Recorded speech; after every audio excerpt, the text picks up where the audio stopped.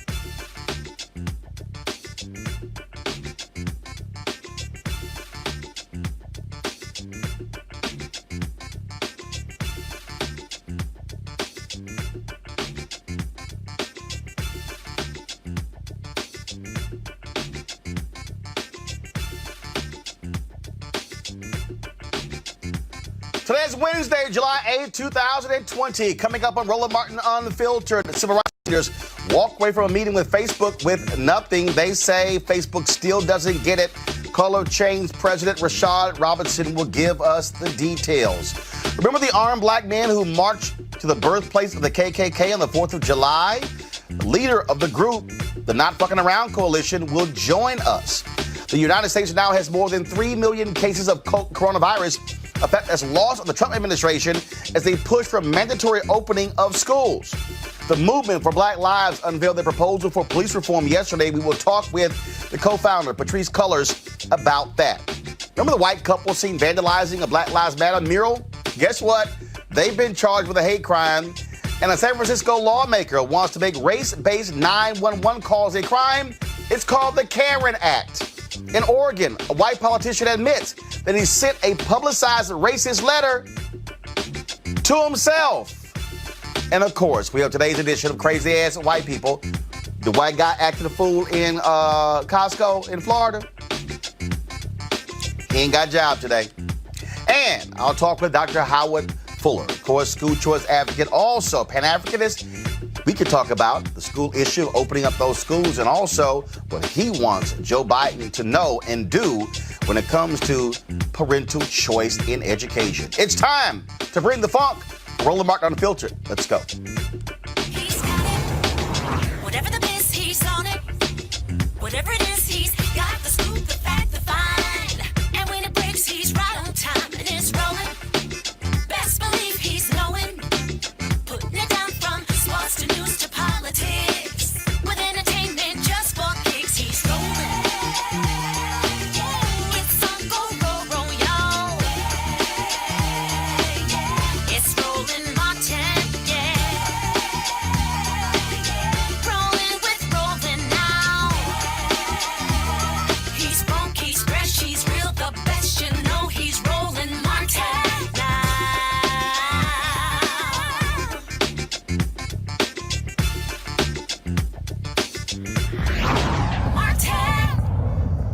All right, folks, Facebook had their meeting yesterday with civil rights leaders. Today, the results of the civil rights audit came out. Not good at all. One of the folks who was there, who's been pushing Facebook for several years, is Rashad Robinson. He, of course, leads Color of Change. He joins us right now. First off, Rashad, the civil rights audit that came out today, what did it reveal? Well, it revealed a long list of recommendations, many of which have been recommendations for years that Facebook has refused or has been unable to implement. It illustrated some things that Facebook has worked on that have been part of the work that Color of Change, NAACP, the NAACP LDF, the Leadership Conference, many other organizations have been pushing on. Things like really sort of dealing with some of the white nationalist content on the platform in terms of the closed groups. Even if they haven't got all of it, they at least put some policies in place, and now we need them to fully enforce those policies. They've done some things over the years, like dealing with some of the ways in which you could go in and only market jobs to white people or to men, or only market housing to white people. And, you know, they had some lawsuits from the ACLU and others that we pushed them to settle, and they settled those lawsuits. But a couple of things that we really continue to push them on is dealing with the political exemptions that have allowed Donald Trump to allow on the platform, dealing with long-term civil rights infrastructure. We had sort of a minor concession at the last minute that the audit revealed, which I think is important for your viewers who I've been here multiple times talking about long-term civil rights infrastructure, the fact that Mark Zuckerberg can't make these decisions alone. That the fact of the matter is that he's the kind of singular in making these decisions, and over again he reveals himself to be someone that doesn't understand civil rights. And so we've been demanding someone in the C-suite that has civil rights expertise. They did create a new position of vice president of civil rights to sort of sit at the senior level, not in the C-suite. That is a concession from where we were previously at with sort of no position whatsoever. We are still pushing to make sure this person has the type of reach and power necessary to be in the room when decisions are being made. So it's not just folks like Joel Kaplan who sat behind Brett Kavanaugh during the confirmation hearings for Supreme Court and has been part of of organizations and groups which have really worked to suppress the vote over the years. So all I have to say is that, the civil rights audit really was about a list of recommendations. What actually happens next will be, does Facebook implement these recommendations? Everything we know from the last two phases of the civil rights audit really tells us that Facebook probably won't. And so that's why this boycott that we are pushing, that's why the advocacy on the outside is so critically important. Many companies are now involved in the boycott of Facebook. So we're hearing upwards of anywhere between 850 to 1,000. We're trying to dissect that because some of them are brands that exist under other brands. So, when Ben & Jerry's announces that they're sort of stepping away, they are sort of a subsidiary of Unilever. And so Unilever has stepped away. And so we're trying not to sort of double count multiple corporations. What we know is it is a broad range of companies, from a big company like Unilever, which has so many brands under it, to companies like Coca-Cola and Verizon, which are just iconic and sort of brands. No one would talk about them as social justice warriors.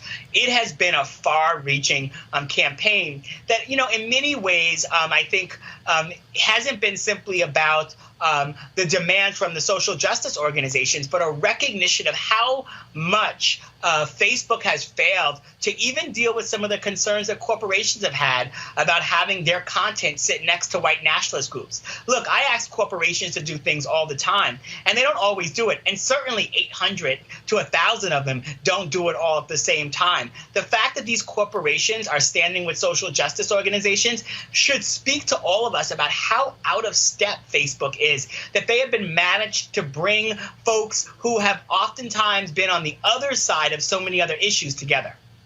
So, look, Facebook obviously is resisting. You've got members of Congress who are saying it's time to break up Facebook. You have Senator Elizabeth Warren, who's been extremely vocal, saying that they are essentially a utility, just like electric companies, phone companies, and they were broken up in the past. Are we at that point? I think we're at that point. I wonder if we've built enough sort of political power and understanding for how that looks. And that's a progress. And part of what this campaign is doing is really exposing the ways in which, if Mark Zuckerberg can sort of thumb his nose at civil rights groups and major corporations and folks in government, then maybe they are too powerful and something needs to be done. I mean, that is the recognition of an institution that has become too powerful. A couple of things about Facebook, right? And I've said this before, but I want to keep saying this so people really understand, what does it mean to be an institution that's so powerful that I can't just tell you to delete your Facebook page and it will matter, because they've become so ubiquitous in sort of the ways in which our media operates and the sort of ways in which media has changed over the last several years and how media is monetized. They've been so clear in terms of advertising and reach and how corporations need them to reach new markets. They've been such sort of a powerful force in the messenger market. So the messenger market is such an powerful way in which we communicate now. And Facebook, because they now own Instagram and WhatsApp, control about 75% of the messenger market. That alone makes it incredibly hard for there to be any competition. And competition is one of the places in which we look when we talk about sort of whether or not a corporation and an institution has become too big, where they sort of violate the principles of free market and don't allow for there to be competition. They can control the market, and as a result, changes as a result of public pressure. And so there are a lot of signs about whether or not Facebook needs to be broken up, whether or not Facebook needs to be turned into a utility, whether Facebook needs some other type of regulation. I think a lot of these things are being on the table and are being debated in different ways. And I think that this absolutely has to be part of the conversation heading into the presidential election cycle, because we know that Facebook played such a crucial role in being weaponized against Black communities in particular, and suppressing the vote. And, I just have these sort of, being in a kind of heated back and forth with Mark Zuckerberg about the looters and shooters post in the heat of these sort of uprisings that Donald Trump put on Facebook, that clearly violated the four corners of the policy that Facebook has, really violated the policy around inciting violence. But to be sort of explained why it doesn't violate it, once again recognizes why they need civil rights expertise.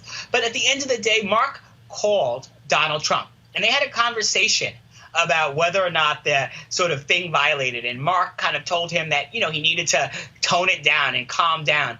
It's sort of like the idea when your like best friend is like the police chief, and they know you're breaking the law, and they pick up the phone and call you, while meanwhile down the street they're locking everybody else up for doing the same thing. And this is the problem when you have an institution that's become so powerful, and their interest day to day is not about fairness, security, integrity, but their interest is about their own growth and their own profit. They will do whatever they can, and Facebook has proven time and time again that that's exactly what they'll do. All right, Rashad Robinson, Color Change, keep it up, and we'll certainly keep covering this as well. All right, thanks. All right, folks, my panel right now is A. Scott Bolden, former chair, National Bar Association, PAC, Eugene Craig, CEO, Eugene Craig Organization, and we'll be later joined by Dr. Julian Malveaux, economist, president, Emera Bennett College. Scott, I'll start with you. Bottom line is that, look, Mark Zuckerberg doesn't want anybody telling him what the hell to do. If anybody who's a student of history, if you go back to read Rockefeller, Carnegie, Vanderbilt, all of the different major industrialists, the bottom line is President Teddy Roosevelt, they had to break those companies up. The Bells, Ma Pa Bell, all of that. I mean, we've seen that. The bottom line is Facebook is no longer just this small entity over here. In fact, if you look at Facebook and Google, they control upwards of 70 to 75% of all digital ad dollars spent. That means the rest of media, Comcast, Disney, all the other companies out there, us, all the large and the small companies, we all got to share 25%. They control the lion's share. That is significant power. That is significant power, but I don't know whether that's significant illegal power. Every example that you gave your listening audience, the Rockefellers and others, they were keeping people out of the market under the antitrust laws, and that's why they were broken up, AT&T and what have you. Here, this is all new legal ground, at least.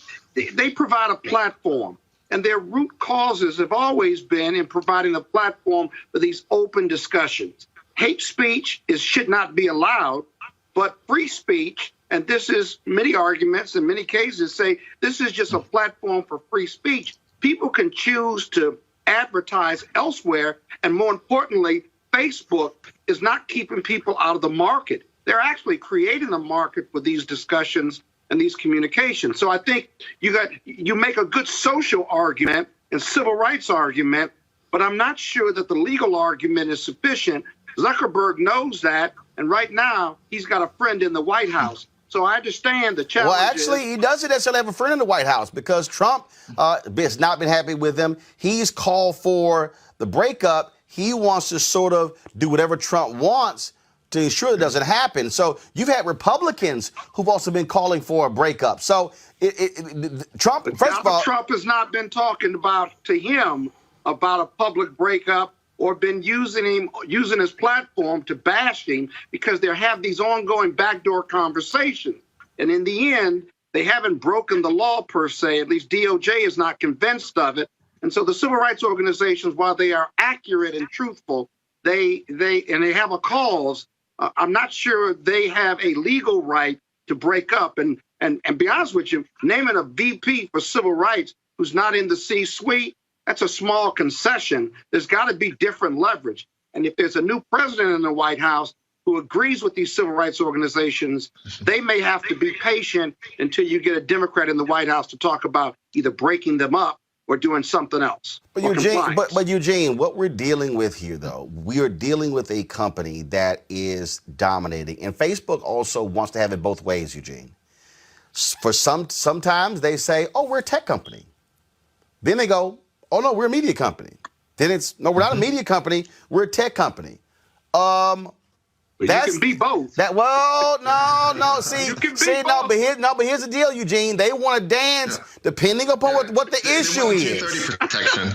Go ahead. Yeah, they want the protection that comes with being a tech company. The Section 230 protection comes with being a tech company, but they want the content that comes with being a media and publishing company. And look, they are doing their best to have it both ways.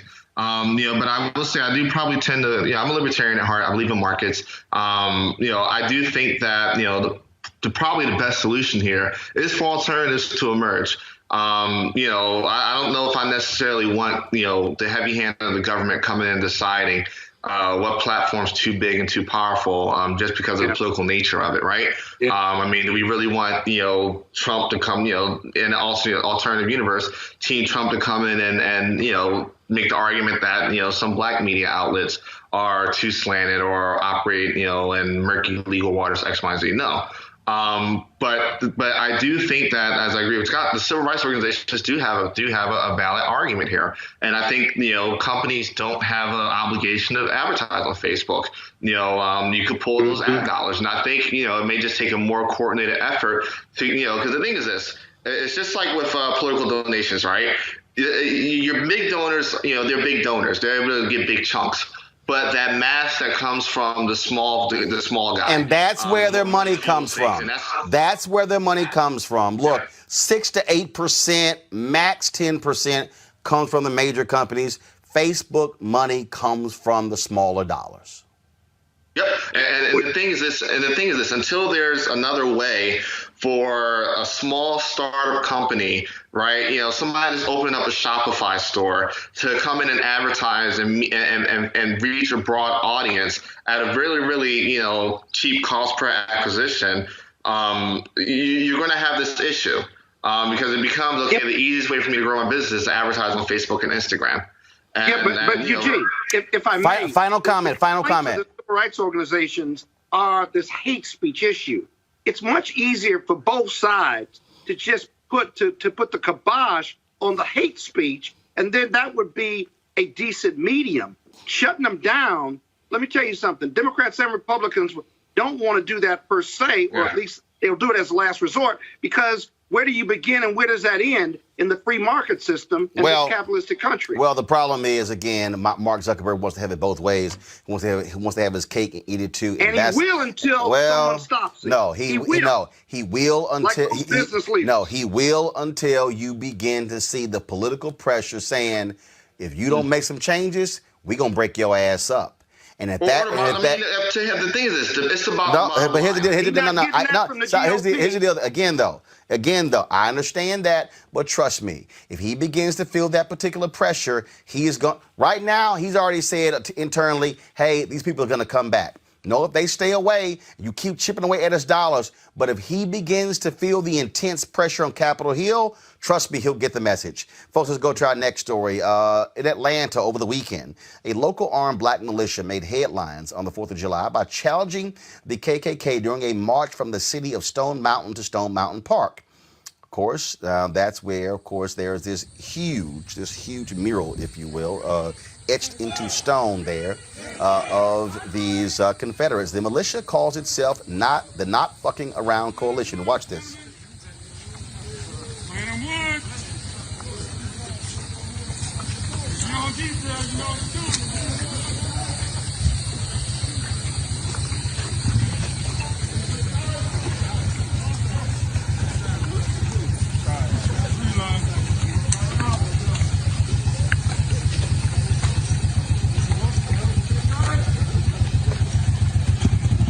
Now, the leader said the march was the result of threats made against blacks by members of the KKK and other white supremacy groups. Grandmaster Jay, founder of the group, joins me now on Roland Martin Unfiltered. Grandmaster Jay, how you doing? Roland, good to be here. How are you? Doing great. First and foremost, how many folks did you have out there? We had a total of 1,500 that were in the formation, and then we had a lot of folks that were unable to carry weapons but still were in uniform that numbered about another 150. And then, of course, you had a volume of spectators that wanted to trail along to see what was going to happen. They numbered at about another 150. So you, how long did it take for you to coordinate this? And was it also meant to let folks know, not just in Atlanta, but around the country, that there are African Americans today, in many ways, who were like the deacons of the defense in the 1960s, who protected black communities from the KKK? I would answer that in a twofold answer. First, it had a twofold purpose. If you remember, with the murder of Ahmaud Arbery, in Brunswick, Georgia. Those were our members that showed up armed, the armed citizens you heard about. That was our first foray into this matter that has gotten completely out of control with violence happening at the hands of, I hate to say it, white Americans against what appears to be predominantly black Americans. Not saying other people don't get shot, but for the racial piece to be added in there on top of everything else that we've been going through with the quarantine, the pandemic, and so forth, loss of jobs, and of course the tension being risen in the country, that we had reached a point that even though we had gone through all of that, there was a remnant of us that's been in place for quite some time. We're the older guys. We're the mature guys. We're your vets. We're your folks who are responsible gun owners. We're the individuals that, we remember the 60s, the 70s, the 80s, the 90s, and now here in the 20s, we're trying to figure out what the hell's going on. We know the law. We're law-abiding gun owners, so we understand the Constitution. And, of course, we all believe in the Second Amendment of the Constitution and the First Amendment. So the first show of force was pretty much just to let folks know that this is not the way that we want to see things progress. But if they do, we're going to have to take Malcolm X's words and defend ourselves against these continued attacks. So we decided to do two things. The first thing was to exercise our constitutional right to bear arms in accordance with the law, and, of course, to peacefully assemble. And then at the same time, send what we felt was a message to the heart of what we feel is probably the driving engine behind a lot of what is now coming to light. The FBI report that said that there would be an insurgence of white supremacists and those folks into law enforcement, into the military, has begun to bear fruit. We're seeing that in the increased numbers of police-involved shootings. We're also starting to see certain behaviors that are not so much related to police, but are related to the Jim Crow era and related to the era of lynching. A spate of lynchings across the country that no one seems to want to explain, like all of a sudden black men became experts on how to tie nooses and jumped off of trees all of a sudden, when the history that we have within our culture is that hanging is the last thing that a black man is going to think about doing, not taking anything away from suicide rates, which we studied. But in this particular instance, given the atmosphere that we were seeing, with the resurgence of what appears to be very evident white militia that the police are unwilling to even so much as detain as they do black folks, with the rise in the protests that happened after George Floyd, and then again the increased presence of what we could only deem as agitators, dressed like police but heavily armed, we thought it would be in our best interest to send a message to the heart of what we believe is the driving engine behind that, the KKK, the Ku Klux Klan. What we found out when we dealt with the McMichaels and Mr. Bryan down in Brunswick is that they were all members of the same Klan lodge, which spoke volumes. And when we found out that the most of the folks in the town were okay with that, we know about the Deep South. Well, in this particular instance, Stone Mountain represents the birthplace or the rebirthplace of the Ku Klux Klan. So we decided to do something that had never been done before, and that was to peacefully assemble a formation, not a mob, not a bunch of protesters, not a demonstration, but to call a formation of our black militia, which is what we are, and to actually go up to the mountain and make a statement that we wanted to make under the First Amendment to the Constitution, and then leave. That was the intention. In the process of us planning this, here comes the threat. And this threat was communicated by major media, communicated by the White House, Department of Justice. So we took it at face value. Even though we hadn't seen anything of some of these other threats, you were not going to continue to threaten the black race. It was not going to happen. And it was time for us to show folks that we can defend ourselves. There's been a lot of misinformation out there where folks are trying to paint us as a terrorist group, or that we're out to attack folks. And, no, that's not the purpose. The purpose was to send the message. The message was sent very well. And we also demonstrated that we could organize ourselves in such a fashion that no one got hurt. Incidences of anyone accidentally killing themselves. There was no property damage. There were some exchanges of words between some of the folks who were made to leave the park. Folks don't understand that the law enforcement evacuated the park when we came, and they closed the park for us to avoid any conflict. So it was a very peaceful event. As a matter of fact, it was a history-making event because it happened simultaneously with another march that we had in Phoenix, Arizona at the exact same time. This was a message to all of the white militia and to all of the folks who continue to believe that you can treat black folks any particular type of way, and that we will not stand up as U.S. citizens and arm ourselves per the Constitution. When you on that particular point there, I mean, we have seen all of these different, white militia groups come out mad, protesting. They don't have They don't want to wear masks, things along those lines, and storming state capitals. What I've said to people that when I see this video, the actions of these black folks totally different than what I've seen for some of these white protesters in Michigan and Wisconsin.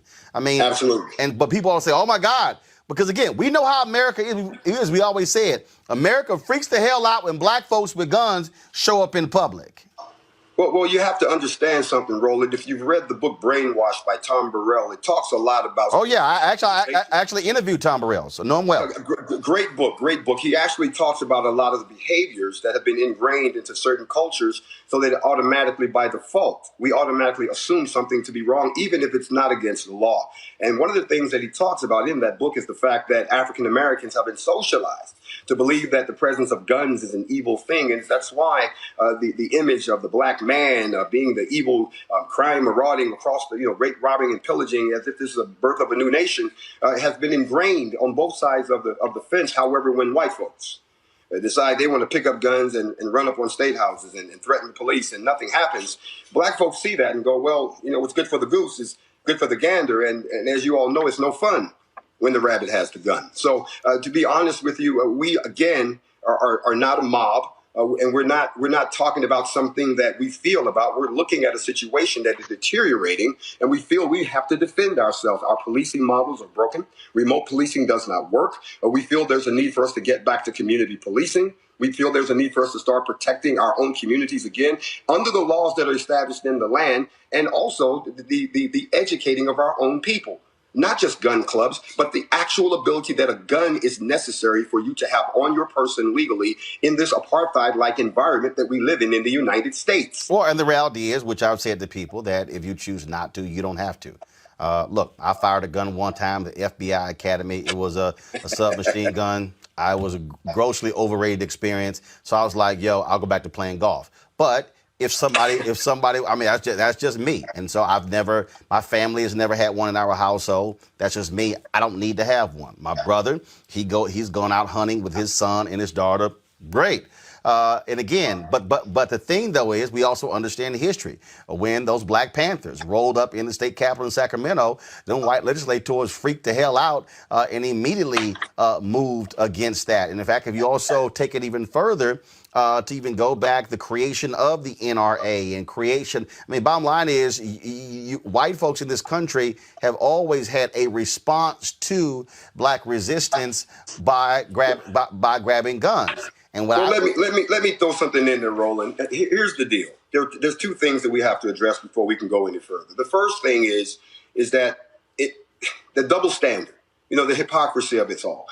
White militia marches, nobody says anything. A couple of guys get locked up in Virginia for impersonating police officers with twisty ties to throw somebody in a truck and go lynch them. Nobody says anything. Black folks assemble to peacefully march to a notoriously controversial landmark, may say a few words under the First Amendment rights, and all of a sudden, I mean, I've seen the headlines around the world, everything from anti-Semitic, which we're not, to we're out to attack white folks, to we're trying to take Texas. Texas is already gearing up for an invasion. We heard they're getting ready. People are telling us to come on down, let's duke it out. And we're like, that's not what we said. Well, but here's the deal, though. For the folks who don't understand, in Texas, the new Black Panther Party, look, I covered those guys in Dallas. And I remember being there. People like, oh, my God, these black people with guns. We're not taking Texas. No. Follow me here. What I'm saying is, I'm born and raised there. I was covering those guys in Dallas. People were freaking out, and I'm sitting there going, wait a minute. Black folks walking around with weapons, because I was there when Khalid Muhammad was with them. They went to the James Byrd when they went there and they had their guns. And people were freaking out, and I was like, "Yo, the white folks over there got their guns. Open carry state. Open. It doesn't say open carry for white people. It says open carry. Open carry, exactly.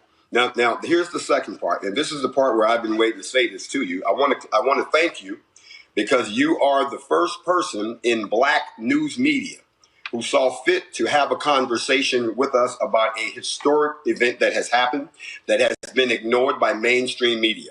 It has been ignored especially by black media. And believe it or not, most folks are hearing one twisted version or another. So folks were wondering, when were you guys going to show up? And I wanted to thank you, Roland, because someone said, Roland wants to have you come on. I'm like, what, you mean Roland Martin? Someone finally spoke up. Roland, I have to tell you that I have newfound respect for you. After the comedy show you put on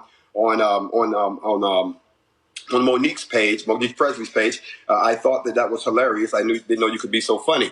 But now you have my newfound respect in journalism again, and I want to thank you for being the first Black news media outlet of major proportions to actually have the In Fact come on, discuss what we were doing, why we were doing it, and to speak from the perspective of the Black citizen. I had there are people who are commenting on Periscope. I see them on Facebook and YouTube as well. And so one of the things that I saw, one particular comment the folks wanted to get from you is that we've seen the shootings that have taken place in Atlanta, the 8-year-old girl being killed as well. And one of the folks have said, should there also be this presence in protecting African Americans in cases like that? What is your comment to that? It's kind of ironic that they asked that question, because once we completed the march on Stone Mountain and we were done and we had been escorted out of the park, we actually went down to the Wendy's where Rayshard Brooks was killed. And we met with the young men that were out there guarding the place, and they asked us for pointers. And one of the guys even said when we got there, what took you guys so long to get here? And we walked around and they showed us the place. They showed us the stores. And we told them, you guys want to get some training. You guys want to, if you want to do this, you got to do it right. And everything was great. And then we left to escort Rayshard Brooks' sister down to Centennial Park to a reparations rally. She asked us to be her security. And while we were down there, again, it was a great time. And then we left. We're smart enough not to hang around any town after sunset. We're not that stupid. So we were long gone. We're not from Georgia. Some of us were, but we all didn't know that we should disappear. And then to hear what happened later, the shooting and so forth, was distressing us because it was right where we was. And we kind of felt like, at first we thought it was, someone was trying to be retaliatory because we were there. Because the young men did tell us that the Ku Klux Klan had come by and shot up the place a couple of nights before. But then again, I can tell you now that the state of things in Atlanta at that time, there was lawlessness not just in that area, it was throughout the city. We saw a decreased police presence, and we saw a lot of folks who were taking advantage of that. So the hearing of that shooting distressed us. But what probably incensed me even more was the fact that there was not a structure like us in place that was already doing community policing. Because now that we've got a photograph and a videotape of the young man that's obviously not even qualified to be in the NFAC, we are an old folks organization. There are no young kids per se in our organization. Now that we've got a video of what this young man looks like, and we know there are 3 or 4 other suspects involved, we too have gone public to demand that individual be turned over by the community so that they can be dealt with, because that is inexcusable. And yes, we do believe that is another justification for us to have our own community policing as opposed to remote policing, because those folks know who's in their neighborhood. So I do support that, and that is one of the tenets of the NFAC. And you're speaking about the shooting death of Sequoia Turner. Folks, go to my iPad. This is the photo that authorities released. They are looking to question this individual in that particular shooting. Of course, we also have, there were several young Black kids who were killed in Chicago over the weekend as well. Last question for you, and I've got people, I'm reading comments from people who literally are commenting right now on Facebook. To the people who normally watch it on our YouTube channel, we're having some issues there. It's buffering, so my apologies there. So if you got a problem with our YouTube channel, go to our Facebook page or our Periscope page, because we're streaming on all 3. So Grandmaster Jay, the question to you is, folks are saying, do you have chapters in other cities? And if so, is there a central location where people can go to get more information? They also want to know about starting chapters in their own place as well under your group's banner. They want to know, where do they get information?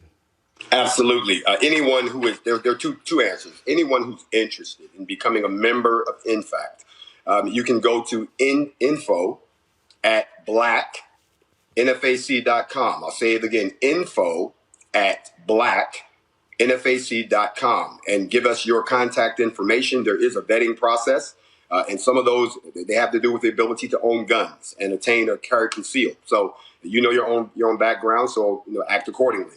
The other, if you want information on the group itself, you can either come directly to me, myself, and through our portal on Instagram. That's my official Instagram account. That's the official Grandmaster J on Instagram for the time being. Instagram is censoring us very heavily these days, as is Facebook. So we're looking at moving to other platforms. I am here on YouTube, but my YouTube may become the new place. But for right now, we are controlling the flow of information, Roland. We're controlling it because we learned our lessons from COINTELPRO.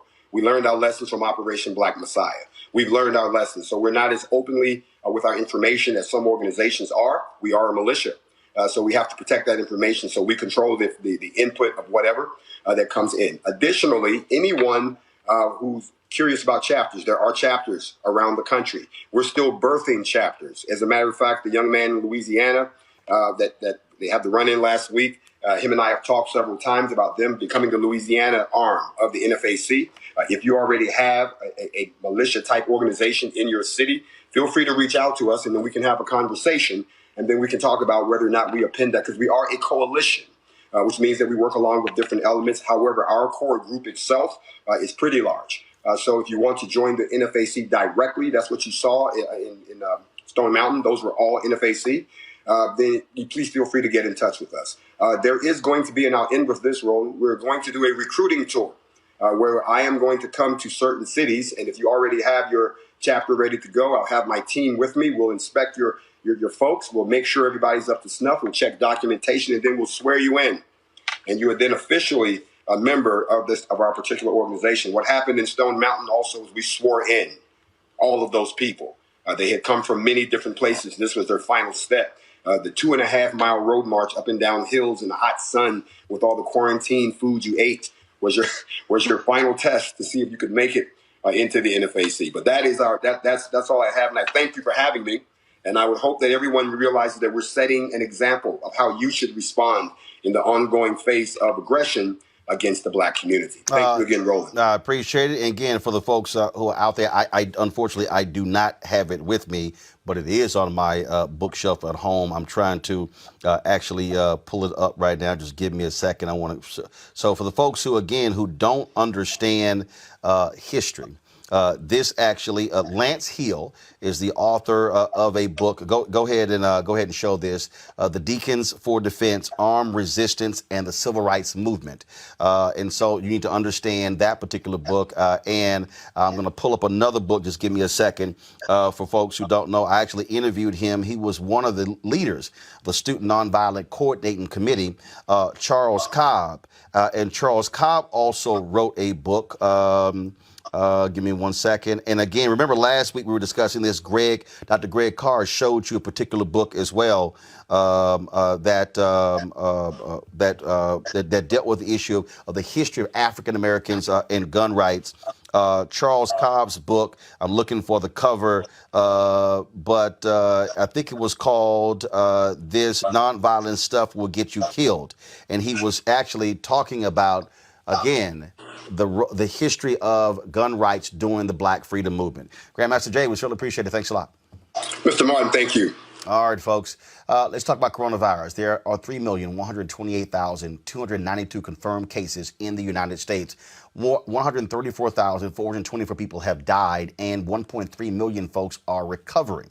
Now, the Centers for Disease Control and Prevention will issue new guidelines on school openings after Donald Trump questioned the current ones. He tweeted this: I disagree with CDC Gov on their very tough and expensive guidelines for opening schools. While they want open, they are asking schools to do very impractical things.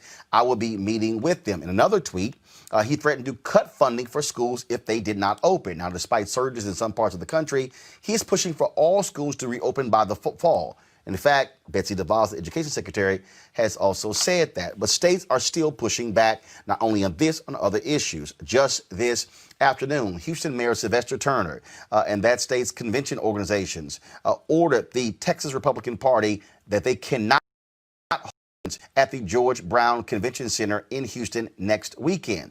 Now, here's what's interesting. The Republicans voted to move forward for their state convention in Houston, but their speakers will be speaking remotely. Really? So y'all scared to come speak, but y'all want folks to going back to school in the fall. Joining us right now is infectious disease expert specialist, Dr. Alexa Gaffney. Dr. Gaffney, glad to have you back on Roland Martin Unfiltered. Thanks for having me on, Roland. Here's what's interesting. These folks have not talked to, they are not communicating with teachers. They're not communicating with administrators. They're not communicating with school staff, all of the people who are going to have to be in these schools.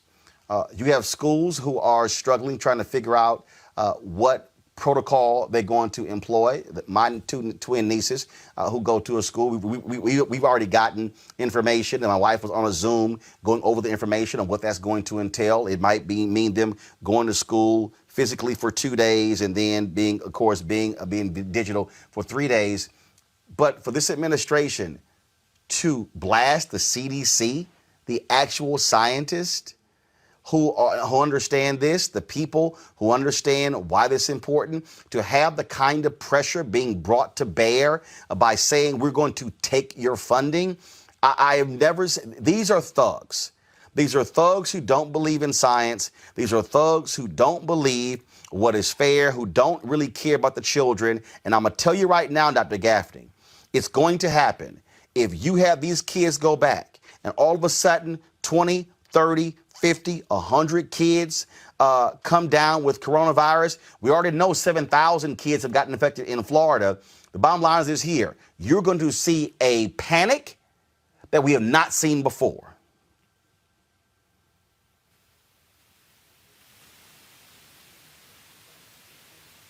We're not hearing Dr. Gaffney, so let me know what's happening with the audio.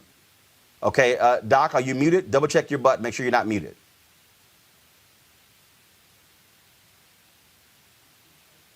All right, let's see here. Let's figure it out. We're waiting on Doc to figure it out there, so we'll so just let me know when she is when we have her audio fixed there. Okay, so let's go to our panel. Let me know when Dr. Gaffney's audio is fixed. Eugene, I'll start with you. I mean, this is crazy what is happening. I mean, these thugs are basically trying to, bash, the CDC and force them to come up with some guidelines that don't make sense. I mean, this is absolutely crazy. People will literally die because Trump wants to play a political game. I mean, they will literally die. While you may not have as many deaths among the young and among children, they can still be carriers to people that are at risk. And that has to be taken into account when you're dealing with opening up schools. Employees will be at risk, and the children will become carriers. And Team Trump doesn't care about that. All they care about right now is literally just trying to win an election. He's terrified. He's not going to have the convention he wants in Jacksonville. They're trying to position and show that this isn't as bad as it is. We can open up the economy, open up schools. Got it. Hold tight one second. Eugene, hold on 1 second. I want to go to Dr. Gaffney. We think we got her back. Doc, you there? I'm here. Okay, go ahead with your comments. All right. Sorry about the mishap before. But we are playing in dangerous territory, and to endanger the lives of our children is absolutely unacceptable. I'm shocked that states are allowing even summer camps to open. But I understand that the pressure of parents going back to work. But to enforce this idea that the schools are working too hard or going to spend too much money in an attempt to even keep our children safe when they return to school is ridiculous. The fallout or the potential fallout of children going to school, gathering together, getting sick, because it's going to be extremely challenging to keep small children safe and socially distanced. We can't even get it done with our teenagers who have a greater ability to ration and reason and keep distance, but still do not. How do we expect our children to safely do that? So small children coming back home to parents and to grandparents, because many folks in the United States are living in multi-generational household, is a setup for disaster. We're already in the midst of a man-made surge because people could not resist the urge to go out to bars and party and gather at their homes. And we're expecting a natural surge come fall and winter when the cough, cold, and flu season comes in. So on top of dealing with COVID 2019, we're going to be dealing with flu and RSV and typical strains of coronavirus and rhinovirus. And we are setting ourselves up for disaster. And so this Senator Rand Paul, I remember he was on, he was just going on and on. Schools got to reopen. And I'm sitting there going, Do y'all understand what you're saying? And then this whole notion, they've been peddling this whole deal, and which is also part of the problem, I think, from initially from Fauci and others, that, well, young folks shouldn't have to worry about this. And all of a sudden, we're seeing people in their 40s dying, now 30s and 20s, and now we're seeing teenagers, and now we're seeing younger people. We had a doc on Sunday who said, we don't know what this disease does. It hits people. So you have the Broadway actor who dies, who had who was very healthy. I read a story about a guy who was a hiker, an avid outdoorsman, who almost died from this. Folks, they have no idea. So to sit here and act like, oh, no, the kids will be fine, don't worry about it. Yeah, but even if they survive it, you're still going to have health issues after that. Exactly. So people see the numbers and they see that all of these people have recovered, but they have no understanding of what recovered means. Recovered means you didn't die. It means you left the hospital, or it means you tested negative since testing positive for the virus. I have patients and I know people who are very close to me who have recovered from COVID, but now they're on dialysis when they were perfectly healthy. I have people who've recovered and now they have chronic lung injury and they're on oxygen. I have people who have recovered, they're disabled and unable to work. People are going into nursing homes and skilled nursing facilities, and they'll need weeks and months of rehab before they can go home, and they still may not be ready to return to work. So this idea that, we're doing this because we need to rescue our economy, if we take out our healthy folks who are able to go to work and contribute to the economy and allow them to get this virus, who's going to be working to generate dollars or spend money anyhow? It's just very dangerous thinking. It's very short-sighted. It's not scientifically or factually based, the decisions that are being made. And we're choosing dollars over life, and we're not looking at the long-term implications for this. We're driving up healthcare costs in the short term and the long term by allowing people to go out and get sick. And we're sending mixed messaging by opening things up and suggesting that it is safe for people to congregate, and it is not. There's really not a safe number or a safe crowd size that you can put on and say that people can safely distance. Human nature is human nature, and people have not seen each other for weeks or months. It's very challenging for people to resist the urge to reach out and touch, reach out and hug one another. We see people either not wearing masks at all or wearing masks as, chin straps, basically. So they're not covering their mouth, they're not covering their nose, and they're not doing the things that they need to do to prevent the spread of this infection. This is not the time to get tired or to get fatigued. This is not the time to buy into the conspiracy theories or the claims that this is a hoax. COVID is very real. It is taking people out. We are seeing the numbers rise consistently and exponentially on a daily basis. We are up 50,000 plus new cases in the United States. We're running out of ICU beds in Texas and Arizona. Hospitals are reaching their capacity, and we're back to where we were in mid-April. Yep. And we know exactly what this virus can do. And there's still a lot more that we don't know about what this virus can do. We never predicted that people would get blood clots in their legs or lungs or suffer heart attacks or suffer strokes as a result of this infection. And so these are all the things that are at stake. And young people are kidding themselves if they think that they can't get sick, or if, like you say, it can't happen to you, it can happen to you.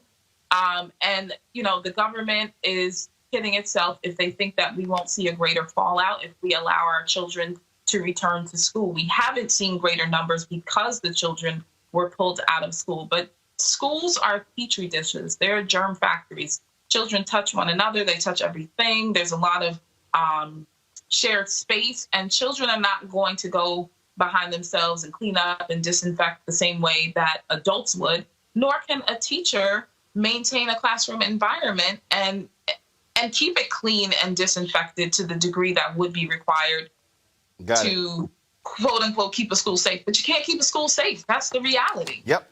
And that's the issue that we're facing. Dr. Alexa Gaffney, we certainly appreciate it. Thank you so very much.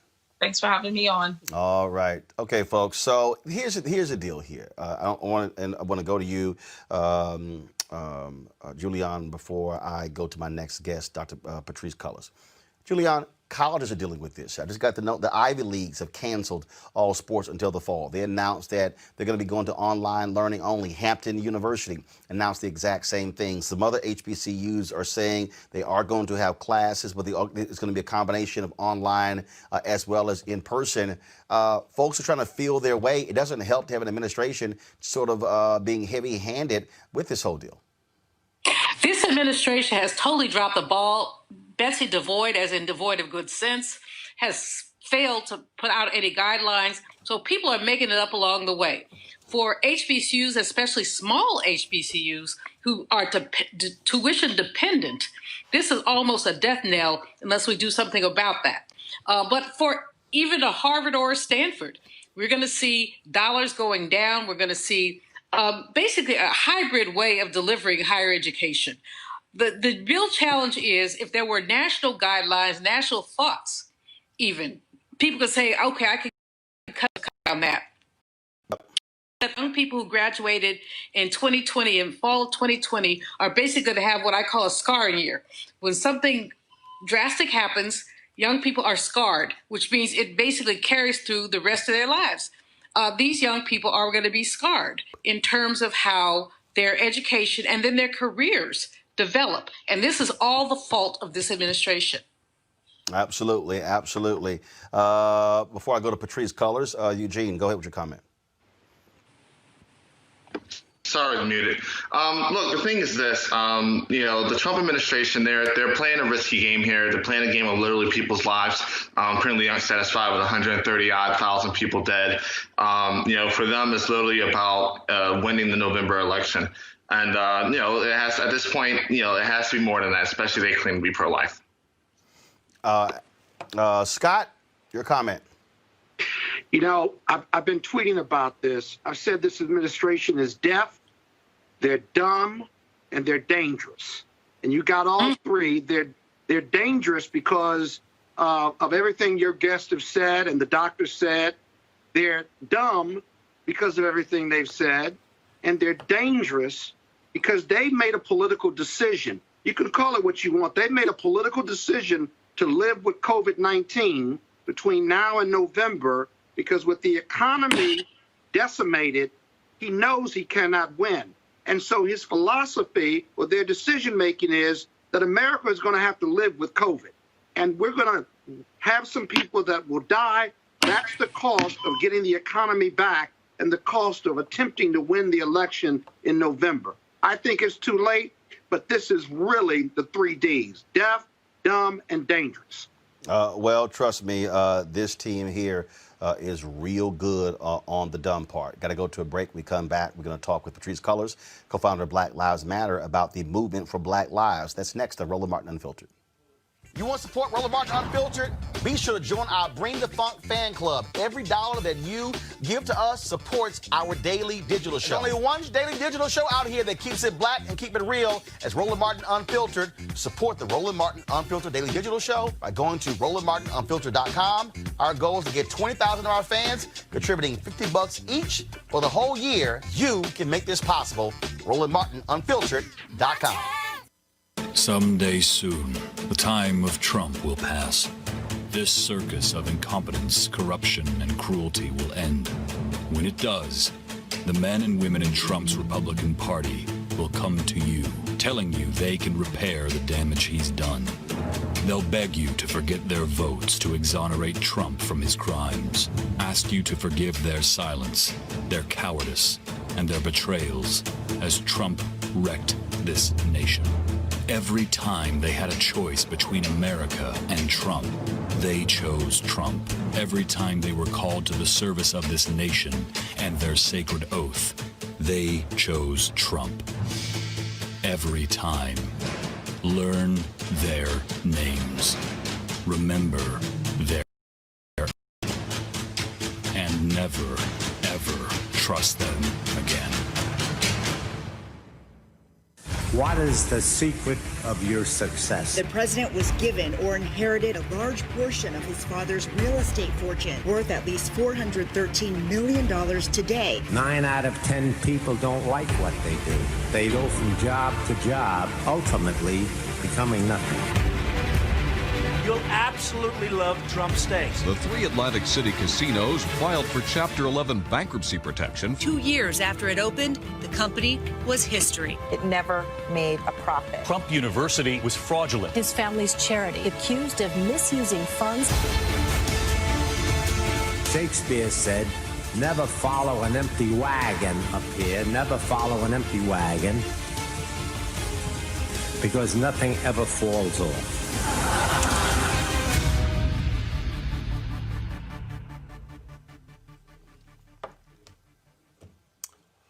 Folks, the reason those ads are critically important, especially that first one, is that Donald Trump was allowed to do what he has been doing by Republicans who have been drunk with power.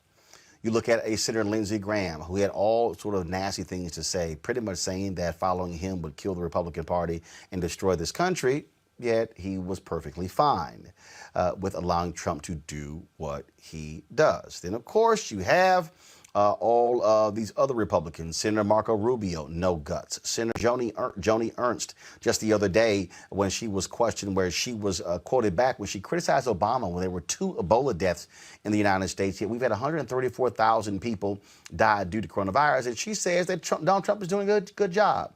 Then, of course, you got Senator Susan Collins with her nonsense, and we can go on and on and on. But the fact of the matter is this here. All these people will stay in power unless we actually mobilize, organize, and vote. I have told you, Donald Trump and the Republicans have appointed 200 federal judges. Let me be clear, y'all. Donald Trump and the Republicans have appointed and confirmed 25% of all federal judges in America. 25% of all federal judges in America.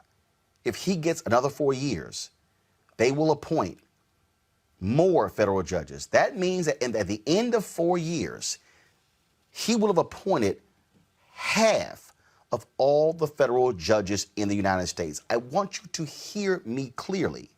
Half. They are purposely appointing people who are between the ages of 35 and 45. They are purposely doing this. Do you follow me? On purpose, they're doing this. That's what is going on here, because they want to be in control of the federal bench for the next 40 to 50 years. Every law that is passed in this country is passed. Why? Because it's going to be reviewed by the federal bench. We need to understand that. It is going to be reviewed by federal judges. So if y'all are sitting here going, oh, man, this is really no big deal, I can ignore the top of the ticket, no. The people who are senators that matter. If Democrats get control of the United States Senate, they only need to pick up 4 seats. They believe they're going to lose the Senator Doug Jones seat in Alabama to either Tommy Tuberville or former Senator Jeff Sessions. They understand that. Which means that right now they're leading in Arizona. Democrats are leading in Arizona. They are leading in Maine. You also have them slight lead in Montana. And then you also have a big lead in Colorado. Big lead in Arizona, big lead in Colorado. And then, of course, what you have in Maine. That means you pick up 1, you control the Senate. That means that you will see more black progressive federal judges. That means you will see more Latina progressive judges. That means you're going to see federal judges who actually care about civil rights, who actually care about environmental rights. Don't lose this.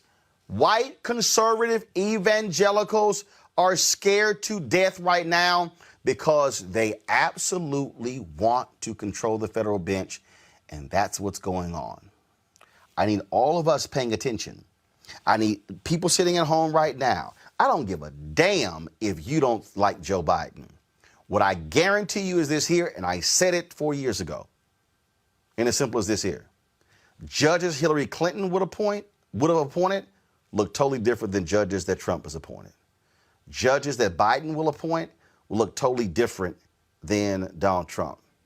In fact, Donald Trump has only appointed, 1 black federal judge? 1? More than 80% of the federal judges that he has appointed have been white men. That's closer to 85, 88%. Understand what is at play here. You had better understand your power cannot be underutilized. If you are listen, y'all, there are 2 United States Senate seats up for in November in Georgia. 2. Raphael Warnock is running for one. John Ossoff is running for the other. On the Democratic side, you got Kelly Loeffler facing Doug Collins in the runoff, and then you got Sonny Perdue. Tom Tillis is facing Cunningham in North Carolina. Black folks can make the difference for that seat in North Carolina, can make the difference for those in Georgia. July 14th, you got the runoff in Texas on the Democratic side to face, of course, the sitting United States Senator there, John Cornyn. Black folks can make the difference. Black votes can make the difference in Martha McSally versus Mark Kelly in Arizona. Folks, I need us to understand, and for all the people, let me be real clear. I am not making a Democratic versus a Republican argument. I have never self-identified as either one. What I am making is, here are 2 individuals running. Which one is more likely going to line up with the things that I care about? That's who I'm saying vote for. And we have watched Republican senators stand with Donald Trump and literally vote on some of the most ridiculous things you've ever seen. I've shown you the facts when they voted to repeal anti-discrimination language that was to protect black people when it came to buying cars. One of the first things they repealed in the House and the Senate, Trump signed. Supreme Court Shelby v. Holder decision. House passed the bill. The Senate has refused to even bring up the bill. The lynching bill. Oh, for everybody who said we don't need a lynching bill, lynchings no longer exist. What just happened in Indiana over the weekend where that brother was almost lynched? Why is Senator Rand Paul and the Republicans holding that up? Why won't Senator Mitch McConnell, Majority Leader, bring it up on the floor to allow them to actually vote on it? Y'all had better understand what's going on. Y'all had better understand the actions. You just saw the Supreme Court allow the Trump administration to expand the religious exemptions when it comes to contraception in the Affordable Care Act. But why am I raising that? Because the Trump administration wants to get rid of the Affordable Care Act, which has a direct impact on the health of black people. So you can sit here, sitting high and mighty, and say this means nothing, and I don't care. I'm going to sit this one out. You can engage in this dumbass conversation that I'm going to vote for Kanye West, which is stupid. It's not even real. You can play the game that you played in 2016. But you play that game, it's going to be dangerous. And the decision that you make come November is not going to just impact you. It's going to impact your children and your children's children. Let me say it again for my final point. Let me be clear. It will be 23 years before America becomes a nation majority people of color. That's in 2043. They are purposely appointing white male federal judges who are 35, 36, 37, 38, 39, 40, 45. If you are a white man who's 50 or more, you ain't got no shot being appointed by Republicans because they want that person to be there for life. Which means that if you don't vote in November and you have a child, let's say in 2021, that means that when your child becomes 22, America will be a nation majority people of color, and those judges will still be sitting on the federal bench. And then if your child has a child at 22, and fast forward 20 years, those judges are still going to be on the bench. So yes, your vote in November has a direct impact on what happens to your children's children. Think about that when you choose to sit your ass at home bitching and moaning because you don't have the perfect candidate.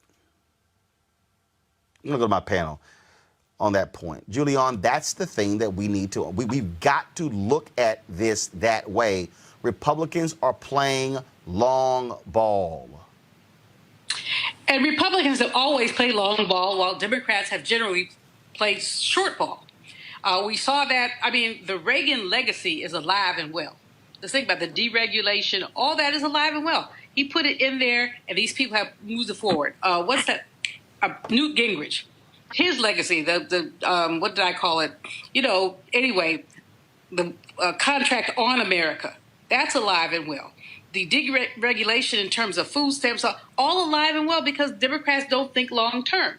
President Obama, bless him, I mean, he's my theme song of "If you think you're lonely now, wait until tonight, baby," because basically some of us talked about him, but he was better than what we have here.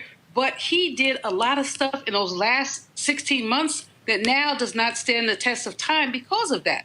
So Democrats are always running in, while Republicans are just basically putting foundations together.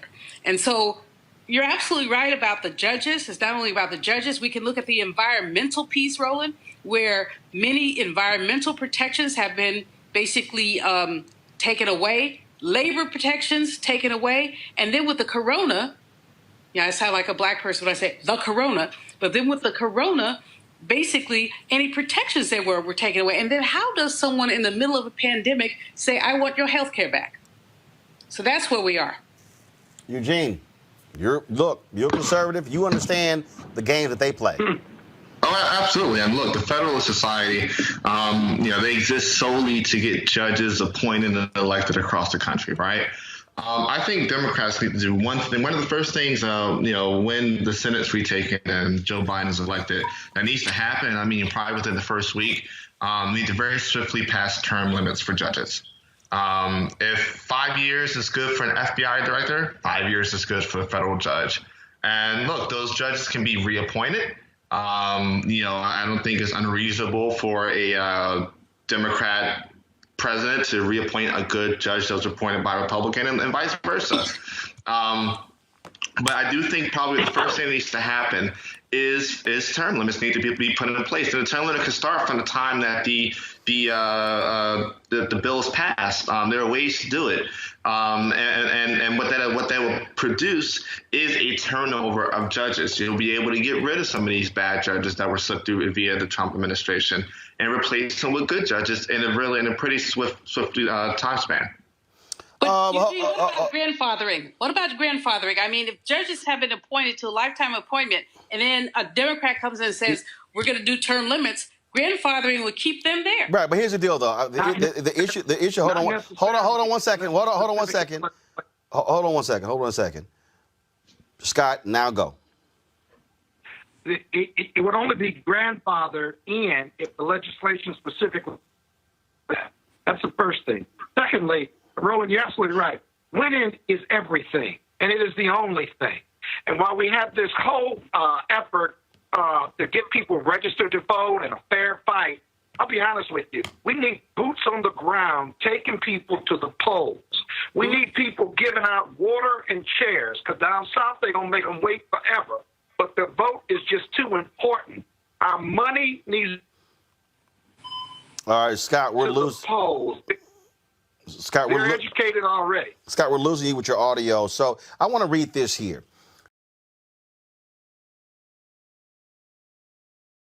This fool on YouTube, Eli, whatever. This what he writes. Roland jump off. Rolling is, yes, there's issues with Scott's audio. Like, literally, it's really real choppy. So, this is what he says. Roland is trying to shame black people for not falling for the bullshit anymore. Stop trying, Rose, scare people. Judges have always been racist white men. We have nothing else to lose at this point. You are an absolute, complete dumbass. let me just say this again, Ellie or Eli or whatever. You are a 100% absolute dumbass. So allow me to explain. Go to my iPad, please, y'all.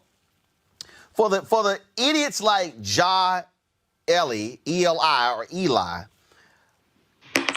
idiots, I want you guys, hold, please, I'm getting all this feedback there, so mute that for me. I want you to read this book here. This book is called Unlikely Heroes, a vivid account of the implementation of the Brown decision in the South by Southern federal judges committed to the rule of law. It's authored by Jack Bass. Ellie, who is a dumbass, what you don't understand is that these were white men who took the Supreme Court's Brown v. Board of Education decision, and they then interpret that and executed the decision. Let me say it again. They executed the decision. I am from Texas. There's a guy named William Wayne Justice. I got somebody over here to say, Roland, you have too much class to cuss. No, sometime you got to cuss dumbasses out. There's a guy named William Wayne Justice. William Wayne Justice was a federal judge who ruled that the Texas prison system degraded inmates and trashed the condition of those federal prisons. He oversaw the prison system in Texas for more than 2 decades. Google it. He died last year. Justice William Wayne Justice. I can go down the line, Eli, of federal judges who played a crucial role in ensuring the protections against African Americans. Reuben Hurricane Carter. It was a federal judge, white, who actually went above and beyond and considered the evidence in his case that freed him. I can go on and on. Now, let me be real clear. That does not mean that all white federal judges have been fair and impartial. It does not mean that they have properly ruled in our favor. But you have got to be a complete dumbass to somehow suggest that we have nothing to lose. Because what you don't understand, and I'm tired of these idiots who don't read, who don't study, who don't know jack, who don't realize that the ruling of a federal judge for or against can be used for the purpose of precedent 100 years from now. Let me say this again. Dumbass Ellie or Eli, and people who think like you. The rulings of federal judges have been cited in Supreme Court decisions from more than 100 years ago. Don't you think for a second that we have nothing to lose if we see more federal judges who are frankly anti-black? Eugene, go ahead. Yeah, I mean, look, the federal judiciary has always been the backstop for civil rights movement from slavery to now. What you often couldn't get done in the legislatures or in the Congress or in the executive branch. There's this document there called the Constitution that, the gentleman might want to take a look at, that provided for a judiciary that, at times and more times than not, used to protect us. Brown versus Board is probably the most blatant example, but there are many others out there. Look, you got somebody that's on death row. You need a judge to put a stop to the, to put a temporary order in place so the case is reviewed. There are countless of examples of where the saving grace literally has been good judges. Literally has been good judges. Without the catalyst of Brown v. Board, we may not be where we are today, and that came from good judges. Scott, are you there? I am. Can you see and hear me? No, we can't see you, but go ahead and talk. We can hear you. That's much better. Go ahead and talk. Well, these are Article 3 courts, and they're all. Scott, do you have a cricket phone? You are going in and out. Okay, try to talk down. Go ahead. I think it's your equipment. No. I think it's your equipment. Julian and Eugene sound great. Listen, these are Article 3 courts. Can you hear me? Go ahead. Your feeder system. Okay, y'all. To the Supreme. Yeah, we can't hear Scott at all. I'm sorry. We just can't. It's just like we hear every 5 words. Julian, go ahead with your comment. Julian, go ahead. Guys, Julian. Yes, I'm here. Julian, go ahead. Okay, can you hear me? Yes, we can. Go ahead. Okay, I'm saying that we rely on the Constitution, although it's imperfect. And so that person you were communicating with, I forgot his name, has something to do with the idiot. But it makes a difference if we vote. We cannot go down like we went down in 2016. A lot of people said, oh, gee, we don't like Hillary. You don't have to like her. Trump can't do anything that horrible. We've seen horrible. We've seen horrible in terms of the environment, horrible in terms of the labor market, horrible in terms of elections. How many polling places have been closed? And this man has attacked people's ability to vote by mail. So anyone who thinks that this vote does not matter just needs to go away. Just seriously needs to go away. Well, go again, to church or go someplace. The fact is that it does matter. Yep, absolutely, it does. It does matter. And so we're not going to play games. We're going to keep hammering this whole deal. But I'm trying to explain to y'all why conservative evangelicals, all they care about is the federal courts, and that's for a reason. Folks, remember the man and woman, the white couple who used black paint and a large paint roller to vandalize that Black Lives Matter mural in California? We'll refresh your memory. Well, it's not happening in her town. Really, Nicole? Well, Nicole Anderson and David Nelson are now being charged with violation of civil rights, vandalism under $400, possession of tools to commit vandalism or graffiti, and hate crime. How about them apples, Eugene? Look, I'm telling you, it may not be happening in her town, but definitely is happening in her town. This charge is being dropped. And hopefully this is an example that deters, other, MAGA hat wearing ingrates that, you decide to mess with these murals.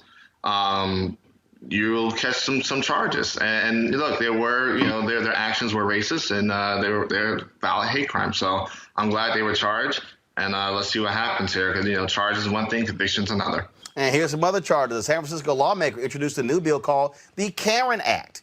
It stands for a caution against racially exploitative non-emergencies. San Francisco Supervisor Shaman Walton says that this bill would make it unlawful for someone to make a false report based on someone's race, ethnicity, religious affiliation, gender, or sexual orientation. The bill was created in response to recent incidents where a lot of white folks have been calling the police on innocent black people, Julian. Dr. King once said, the law cannot make you love me, but it can keep you from lynching me. And that's what these laws and this movement is about. I don't care what white people think about black people. But when some silly white woman calls the police on a man who's bird watching, when someone calls the police on a child who's selling lemonade, that is hateful. And so these laws we're moving to a place where at least hate is illegal. Doesn't mean that we love each other, but it does mean, as Dr. King said, the law can prevent you from lynching me. And so a step in the right direction. Now you spoke of that woman. She's actually being charged. Now the brother in that case, he's not cooperating with police. He said that she suffered enough. I mean, look, okay. He's probably a Buddhist or something. Bottom line is, Eugene, look, black folks, we got so much mercy for everybody. We got mercy for everybody. But I'm sorry. If that white woman had been successful calling the cops, that brother could have been dead. Damn that. Eugene, prosecute her ass. Exactly. Under the jail. Exactly. There ain't enough mercy in this world. You put my life at risk, throw the cuffs on and no bail. Let's get the reverse of that cash bail. The other end of it. One end is letting people out and then holding them. If her intent was to get him swatted and get him killed. And, there is no level of Jesus, no level of mercy in this world. You try to get me killed, I'm going to use every possible ramification to make sure you are dealt with. Yeah, simple as that. Simple as that. All right, y'all, a few weeks ago, an Oregon politician claimed that he received a racist, hate-filled letter and posted it on his public Facebook page. Well, after investigation into the matter, Jonathan Lopez confessed to writing the letter and filing a false report. The letter read, "Mr. Lopez, you're not welcome here and will never be anything in this community or state. Umatilla County kills, I don't know what that meant, like you, and are dumped in the fields and river. That's why our crops are the best. Don't waste your time trying to become anything in this county. We will make sure you never win. Your family suffers along with all the Mexicans in the area. American is for the God-fearing, pro-gun, pro-life humans who refuse to be controlled by the government. There's no room for you here. Sincerely, America." Police say Lopez could be charged with a misdemeanor for the incident. He should be charged with a misdemeanor, and he should resign from office because that's disgraceful. Roland, it's interesting. You're absolutely right. I don't know what's wrong with this man to do that when we have tensions so heightened. But here's what I do know. If you go back and look at Oregon's history, there was a time when black people were forbidden to live in Oregon. There is tension there. I went there maybe 10 years ago for a speech, and I was told that I could not walk to the little deli around the corner and say, "If you want something, we'll bring it to you." I'm like, well, I like to walk. And there was an issue. So the tensions are there, but he was totally wrong to exploit them, and he should resign. He should do something with himself, and he should actually explain to us why he chose to do that. Eugene? Listen, one of the, I guess, not hidden but not so hidden secrets of this country is that we focus a lot on the racism in South and maybe in the Midwest, but the hotbed that is in the Pacific Northwest is very real. A couple of years ago, we saw the folk that are Bundy followers take over that DNR encampment. The white supremacists and militia that are out there are very real. And this guy, this legislator, for him to try to stroke those flames with this, he absolutely should resign. He absolutely should be charged with a misdemeanor. Minimally just for the resources that were wasted on this. I mean, these are the same people that will go away, Jussie Smollett, when, you have legislators doing this at a much, something that's much more worse than anything Jussie Smollett did. All right, folks, y'all know what time it is. No charcoal grills are allowed. I'm white. I got you, bro. Illegally selling water without a permit on my property. Whoa! Hey! You don't live here. I'm uncomfortable. Well, y'all, we have another neighborhood Karen in North Carolina who decided to call the police on 2 Black and Latinx residents because she didn't recognize them. You know me? No, I know who lives here and who doesn't. You know who lives here? Yeah. You know who lives here? Yeah, I do. How do you know that I don't live here? Let me tell you how. Because I was here when this neighborhood was built, and I knew every single person who bought in here. I've lived here since 2010. Are you serious right now? I'm so serious. So you know everybody though? You know everyone that lives in my neighborhood. You live here? We do live yes. here, That's great if you live here. Do you live here? Yes, Yes, bitch. she does. Okay, so Who where? cares? I'm not giving you my address. So, Eugene, she got a spreadsheet on every person living in the neighborhood. I'm telling you right now, I don't know nobody in my neighborhood. Let me tell you something. There are harassment laws on the books in almost every single state. They need to start being enforced. Yes. They need to start being enforced until crazy white people are arrested for this kind of BS. It's going to keep happening. It's going to keep. I wish one of my neighbors would try something like that. I really do. I wish they would. Eugene, Jim, go ahead, Julian. This is just white women, because men don't do this. They do other stuff. White women have lost their collective minds when they think they can run up on people and challenge them for their very existence. I know everybody who lives here. Yeah, but Roland, this is not unusual. We have to, I'm doing all this history stuff, so we have to go back in history and see when a black man was walking down the street in Johnson City, Tennessee, because nobody knew him, he was lynched.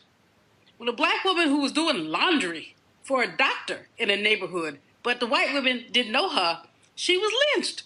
So this is just a throwback to 19th century behavior that we continue to condone. Yep. How dare these itches, I ain't gonna cuss on the air, you can do that.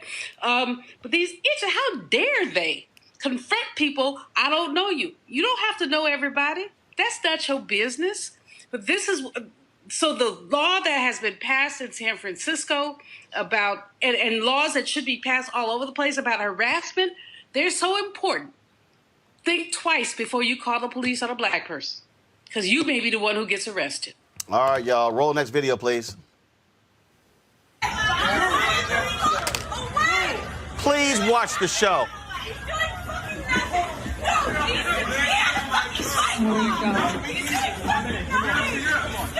The next time I come, we're gonna be even. Come on, my guy. Then we can talk that shit. Sit down. Come on, man. Don't you dare.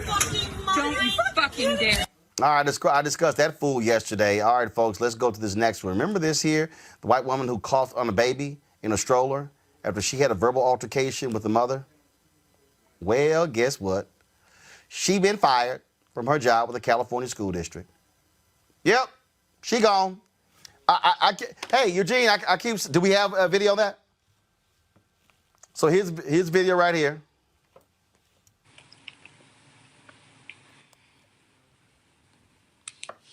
So you're watching the video. She coughs on a baby. She gone, lost her job, Eugene. She should have lost her job. Should have lost more than that. Yeah. Look, I'm glad she lost her job. I hope there's some, assault charge that's pressed against her, which also lead to, another civil judgment against her. These people are out of control. And you can, Eugene froze. Go ahead, Julian. These people are crazy. We know they're crazy, and they're ramping up because they have a leader-in-chief, a chucklehead-in-chief, who's encouraging them. Coughing on a baby when you know there is a pandemic is endangering the baby's life. It's sick. But every single day, you see these people. They won't wear masks. They move it up on people. They're basically endangering people's lives, and they're being encouraged by the chucklehead-in-chief who does not want to put a mask on, who thinks this is all under control. What we know for real is that black and brown people are disproportionately visited by the coronavirus. We know that for sure. The data show that now. We know that we're, 4% of the world's population, 25% of the cases. We know all this. So anyone who is that careless, incarceration is the best thing that can happen to them. Well, we also have, of course, we showed y'all yesterday the video of the white guy at Costco who lost his mind. Well, he happened to be an insurance agent. Bye-bye. He no longer has his job. I keep telling y'all, these people who keep acting a fool, I am more than perfectly fine with them losing their jobs. I do have to, I'm trying to find this video. Ben Crump posted this particular video here of these folks. Did y'all hear it was can't remember what city it was in, but when this white couple just straight up went off on this black woman working at a hotel and just viciously started beating her. I mean, because the hot water wasn't working. I'm on Ben Crump. They didn't go beat the hotel management. This sister was working at the counter, and I'm trying to find. Ben Crump had tweeted it out, and they just start just beating the hell out of this sister. Oh my! I'm telling you, no, this constant attack. I mean, this is Eugene. All these people who now we can say, hey, now because we now have more video, whatever. No. Yeah. There are some other things that are happening that are causing these white people to absolutely lose their mind. Oh, no, there's definitely an uptick. This isn't just, now there's video evidence. There's 100% uptick in this and the actual activity. And part of it is Trump-induced. Part of it is these people are now triggered by almost anything black or Hispanic. The fear is it resembles the fear that occurred after Reconstruction, when the social order was upended and suddenly black people did not have to be subservient to white people. And so then they passed a bunch of laws and did a bunch of stuff to say, oh, yes, you do.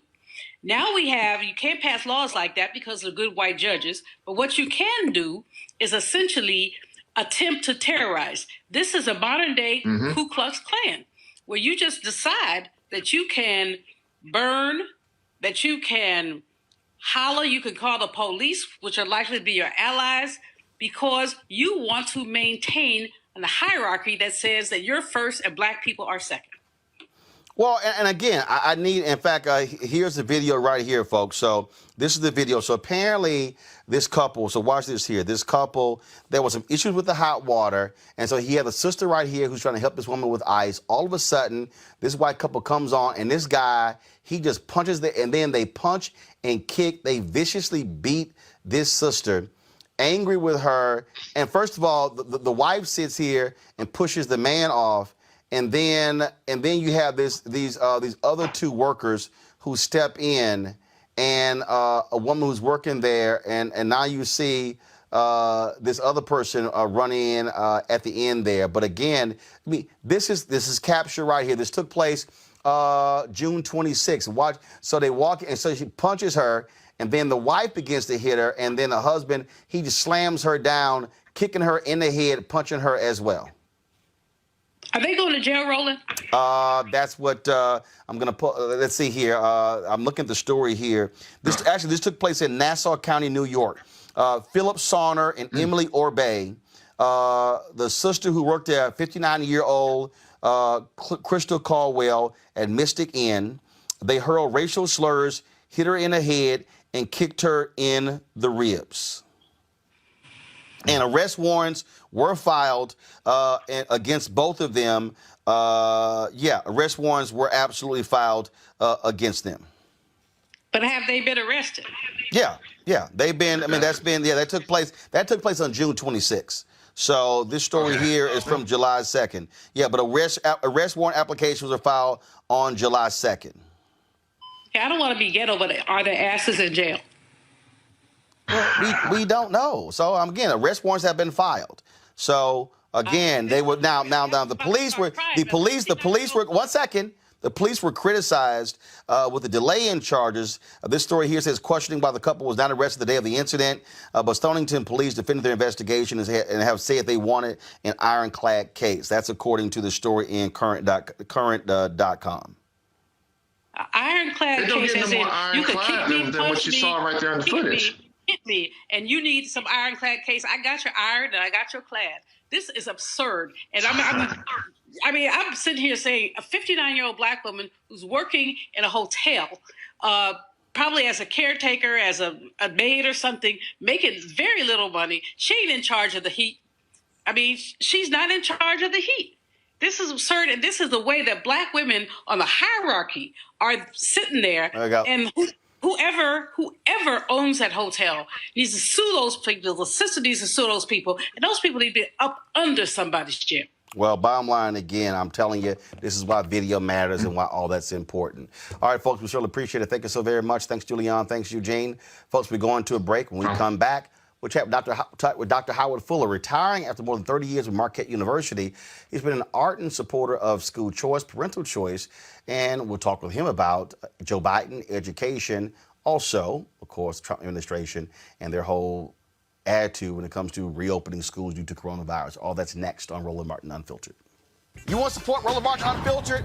Be sure to join our Bring the Funk fan club. Every dollar that you give to us supports our daily digital show. There's only one daily digital show out here that keeps it black and keep it real as Roland Martin Unfiltered. Support the Roland Martin Unfiltered daily digital show by going to RolandMartinUnfiltered.com. Our goal is to get 20,000 of our fans contributing $50 each for the whole year. You can make this possible.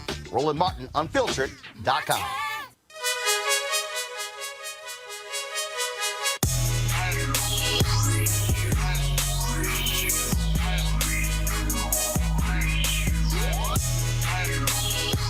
All right, folks at Ceek.com, they have, of course, their virtual reality headset, which you can see right here, which allows for you to actually place your phone inside of this particular headset, look at 360-degree video, look at virtual reality video right there on your phone as well.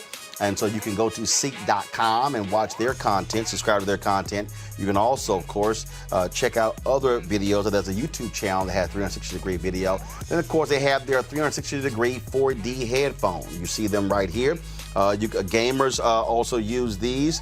This also, of course, has this microphone right here that attaches to the headset, which allows for you to talk while you are playing video games. You'll see right here, the microphone right here.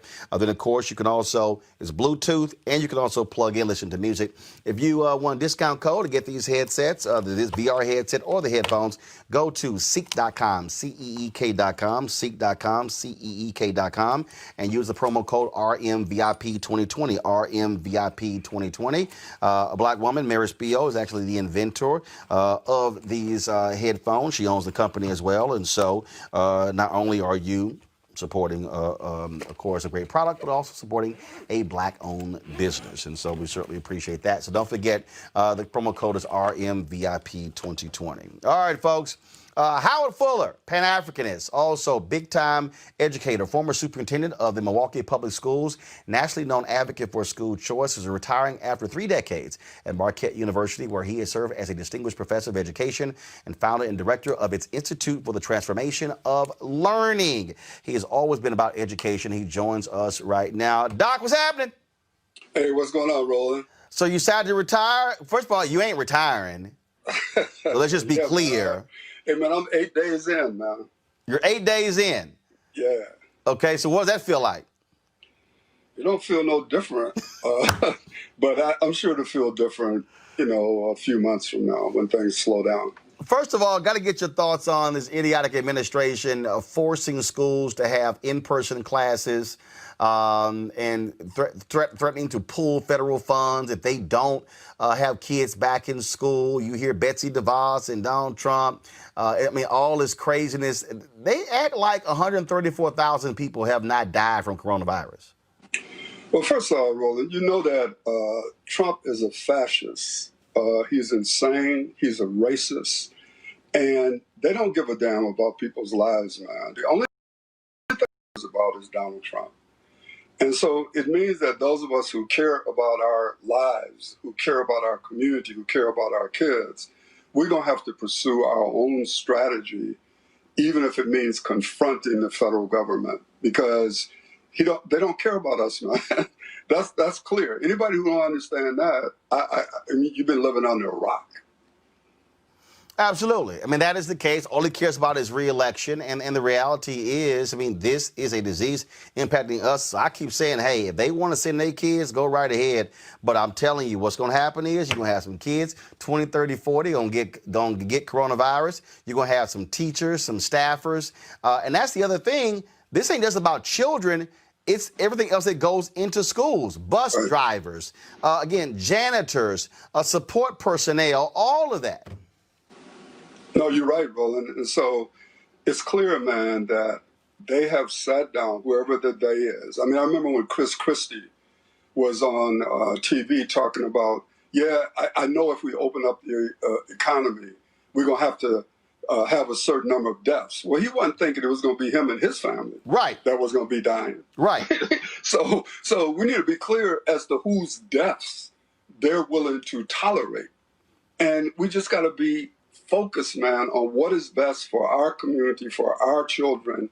And that's what we're going to have to do, even if we have to rebel against these orders that are coming out that make no sense. You talk about being about our kids and our children. You have been, that's been your focus ever since you have been working in education. You've taken lots of bullets from folks because of your belief in parental choice when it comes to vouchers and school choice and charters, things along those lines. Same thing has happened to me. I get a kick out of the people who say we're trying to destroy public education when I'm going, no, I think what we're trying to do is make sure black kids are getting educated. Well, you know what's really interesting, Roland, I've said this and people got mad, but I don't really care. The argument of the teachers union and the police union are remarkably similar. So that if you look at the public education system, which is a delivery system, it isn't public education, it's a delivery system for public education.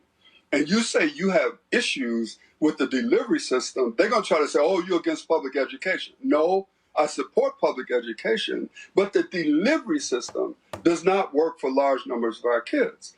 If you say you want the police, you want something to happen with the police so that they quit killing us, so that you get their knee off our neck, they say, oh, you're against public safety. No, I support public safety. What I don't support is the organization that is supposed to make us safe that is actually killing us.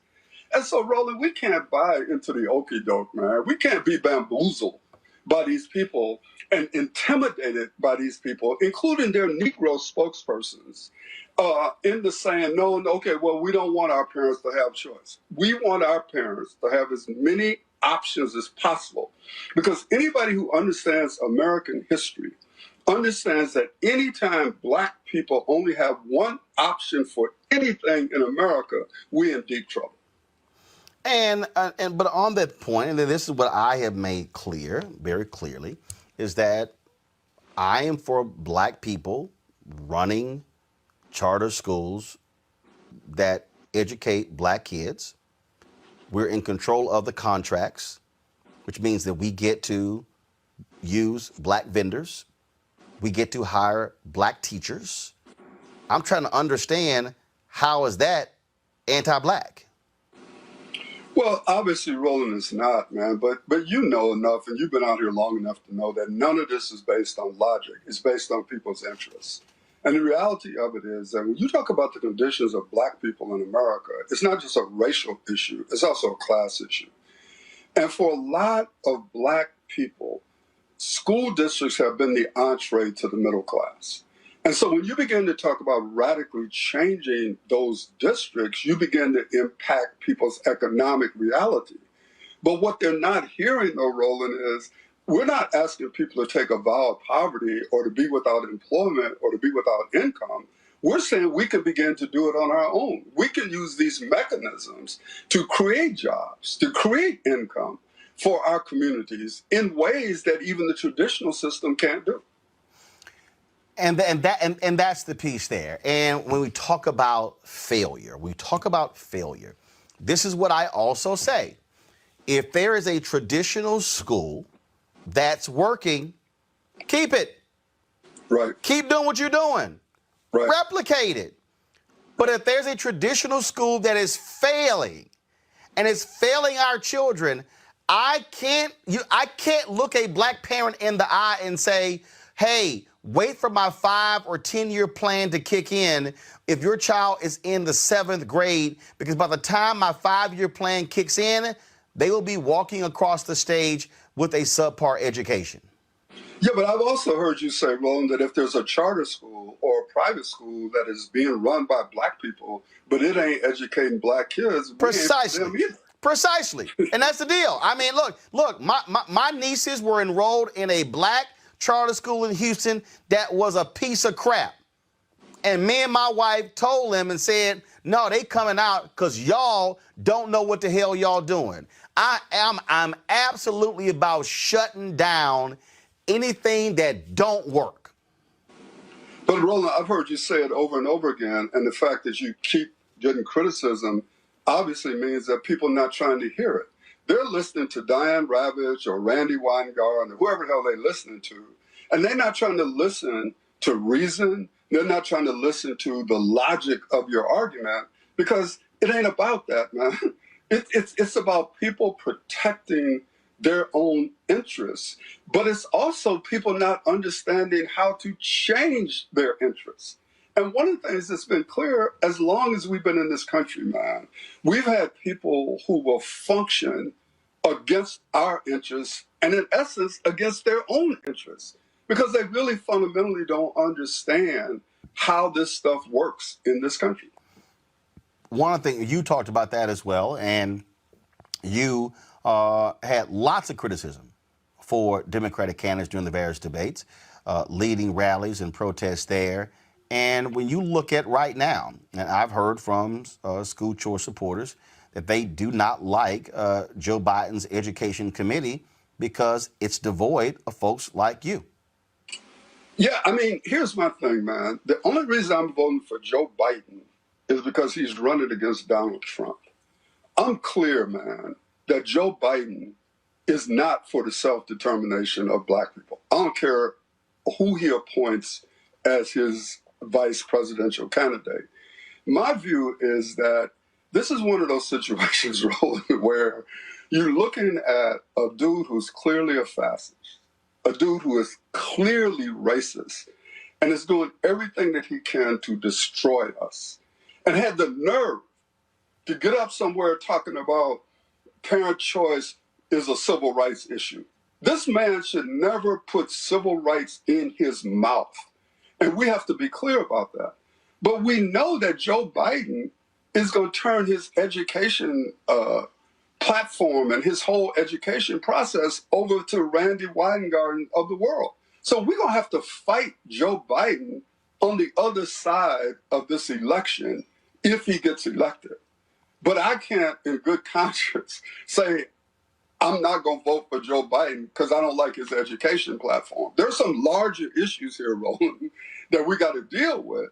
But we then have to organize ourselves to fight him and his forces on the other side. And I want to stay right there. I want to stay at that particular point there because, see, that's the thing that I wish people understand. That point you just said. There are Republicans. There are Republicans who ain't like Trump. But their whole deal was, I hate Hillary more. And their point was, we're going to vote for him, and then we're going to fight him to get what we want. And so when I listen to all these folks who holler, I'm making demands now, and this is what I keep saying.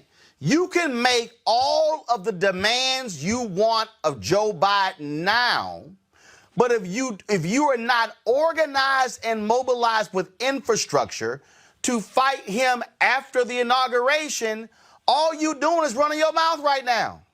Exactly. No, and I've heard you say it, man, and I don't know why. I don't understand why that's not clear to people. But the other thing that they try to do, Roland, is they try to tie you and me to Trump, no matter how much we've been clear about our opposition to him. And in power politics, man, at a certain point in time, you make your demands on Biden. But there comes a moment when you have to say, okay, I done made these demands. He didn't listen, but I'm still going for him. But while I'm going for him, I'm organizing myself to fight him the night after the inauguration. Right. Or the night of the inauguration. Right. And that's the point right there. That, look, hey, man, right, do understand. And in fact, I'm going to try to find it when I interviewed, when it was the night before the inauguration of Obama. I moderated a panel, Spike Lee's ad agency, sponsored it, Howard University, Camden Auditorium, On that panel was Reverend Jackson, Reverend Sharpton, Cornel West, Donna Brazile, I think Amy Holmes or Tara Wall, one of them. I can't quite remember. And we sat there, and Cornel West said, we gonna put pressure on that brother. He said, we support him, we love him. Talking about Obama. Right. And so black folks got mad, and I was like, y'all play the tape. He said it. And I think that's the piece. I think the problem is that we got a lot of people. I ain't gonna name names. I've done it before, but I'm gonna give them the benefit of the doubt right now. We got a lot of people who talk a good game, but are you willing to put pressure on that person once they are in office? And that's the difference. And I'm just like you. I'm gonna give Joe Biden hell. When Joe Biden said, we getting rid of charter schools, I'm like, Joe, do understand, you're going to hear from me and a whole bunch of other black people, especially black parents, if you think this is going to be the only option we're going to have for our kids on the education side. Right, but none of us can be lulled into saying, because Donald Trump said something about parent choice and the civil rights, that we ought to be looking over there to support this man. That's idiotic, bro. Donald Trump is the most clearly racist president that I've seen in my lifetime. I'm not saying he's the only one. He's the one who's been most clear. There's no subtlety to his current agenda. And we have to see that, and we have to understand it. But Joe Biden needs to know that because we're over there with him, because we're against Trump, it does not mean that we're not going to be prepared to fight him to make sure that we represent the interests of our families and children who need options in this country. And, you know what, Howard, I had to sit here and I had to check a dumbass earlier, Ja Eli. And I got to check this dumbass Cheryl R. Lee on YouTube as well. How you gonna put pressure on and use choice language on Biden once he's in office? That really is just the stupidest question I've ever heard. It's stupid. I mean, to act like it hasn't happened before. So for stupid people like Cheryl Lee, let me explain to dumbasses like that what happened. I witnessed it myself. Gay folk said, get rid of don't ask, don't tell. That's what they said. Right. They put forth a 54-page agenda, what they wanted from Obama when it came to gay rights. I had a meeting at the White House. I watched as one of those soldiers who had gotten kicked out of the military because he was gay, chained himself, handcuffed himself to the White House fence that's 3 blocks away from where I'm sitting right now, and they arrested him. And guess what? You had gay folks on the inside who were sitting here protesting, who were pushing Obama, but you had that outside pressure as well. And guess what? 2010, they said Obama hadn't moved. Gay folks closed their checkbook. They didn't give to Obama and the Democrats when it came to the midterm elections. What happened? Democrats got skunked in the midterms. Obama said, we got to sit here and pass, don't ask, we got to end, don't ask, don't tell. That happened December 2010. It's called pressure. Joe Biden, so when somebody says, what does pressure look like? Easy. Joe Biden wins, and if Joe Biden begins to move against charter schools, that means that when Joe Biden's giving a speech somewhere, he's met with 2,000 protesters. It means the gates. Howard, one of the fundamental problem, and can't nobody say I wasn't saying it because you're a damn lie. Black people stayed at the inauguration parade for 8 years. Everybody else left. And we were like, oh, we got a black president. We got so fixated on the black first family, we ignored that he was the 44th. We didn't sit here and put that level of pressure. No, don't do that. Don't protest. Don't chain yourself to the gate. Everybody else had an agenda and activated their agenda, mobilized and organized, but black folks sat down and were like, wow, that's what pressure looks like, Howard. Hey, man, I don't have nothing to add to that, man. I just hope that there are people out there who are listening, because I hear all this stuff about being woke, and I understand being woke. But if you woke and you still just standing there woke and you ain't doing nothing, you might as well go back to sleep, man. So in my opinion, man, what you're talking about is a necessity. And all of us who support parent options, all of us who believe that we have to have these options, we got to be mobilizing ourselves right now to fight. But at the same time, we need to make sure that we do everything that we can to get Donald Trump out of office. That's it.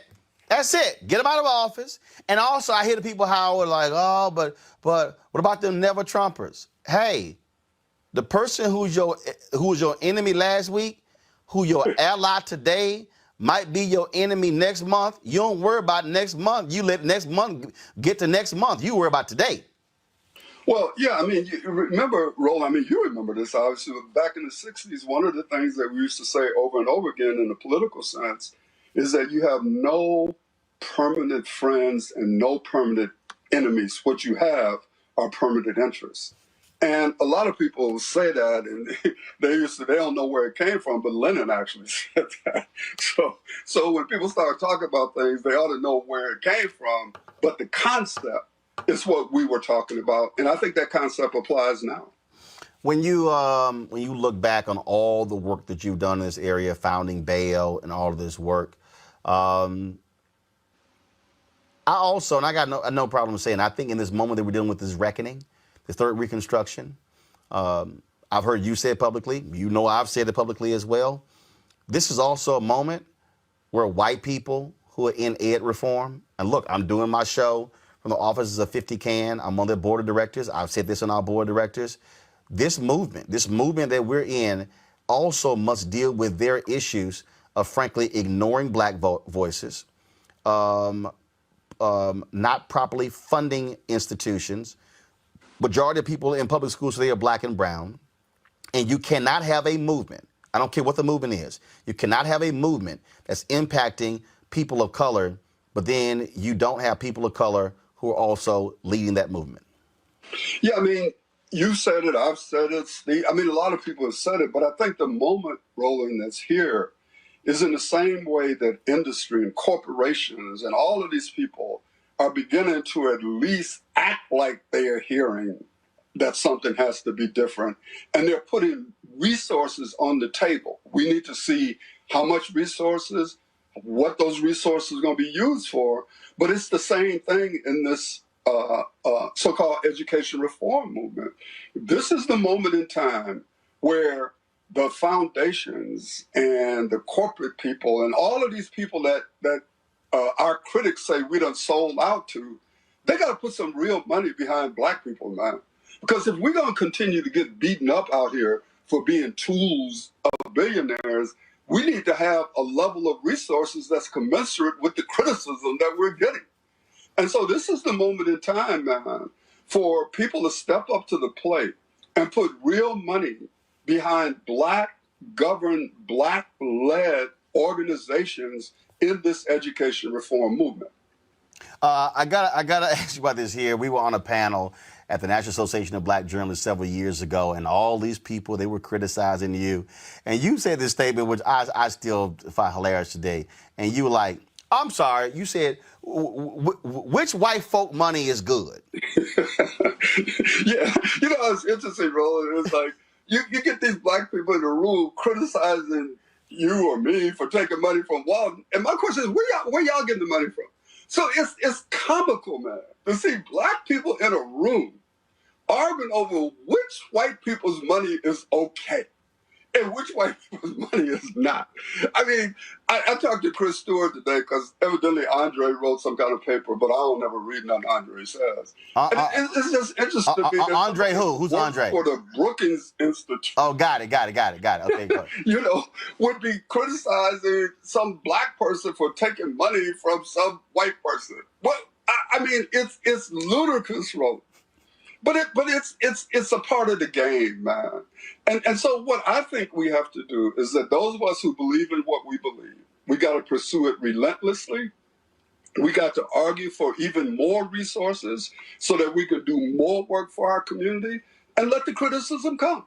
The criticism is going to come whether you take $1 or $1 million. I would rather have the criticism come when I got $1 million as opposed to $1. Absolutely.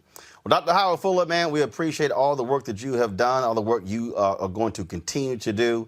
You have never stopped giving folks hell. I appreciate your friendship, your knowledge, all the work that you've done. And y'all, it's a true story. I was reading some book. Y'all, it's a true story. I'm reading this book, and I don't know what book I was reading. I can't remember. And they started describing, and they had this African name. And then they said he now goes by Howard Fuller. And I was like, and you talking about education. So y'all, I sent Howard a text and I said, Howard, this you? And I was like, yeah, man, that was me.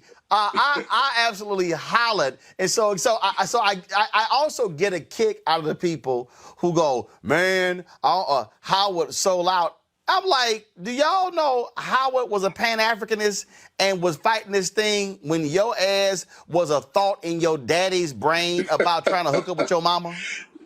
Yeah, well, Roland, I really, I appreciate you. I love you, man, as a brother, and I appreciate your friendship. And I just want to thank you, man, for being resolute in the struggle. And even though I'm retired, if there's anything I can do, man, you got all the ways to get in touch with me, so just holler, man. Absolutely. Well, Doc, we appreciate it, man. Enjoy retirement, but I'm quite sure Joe Biden beats Trump in November, and he start acting funny on this whole issue. I'm going to see you down the street 3 blocks away standing in front of the White House with a megaphone. I can guarantee you that. Yes, sir. I appreciate you. All right, thanks a lot. Appreciate it. All right, folks, that's Dr. Howard Fuller. Y'all, please, I should have pulled it up, so just give me a second. I want y'all to get Howard's book, a phenomenal book, where he talks about, of course, his history in education, being the superintendent of the being the Milwaukee school district. And so his book, just give me a second. I'm pulling it up. My apologies. I should have had it up. My bad. And so this is the cover of Howard Fuller's book. It's No Struggle, No Progress, A Warrior's Life from Black Power to Education Reform.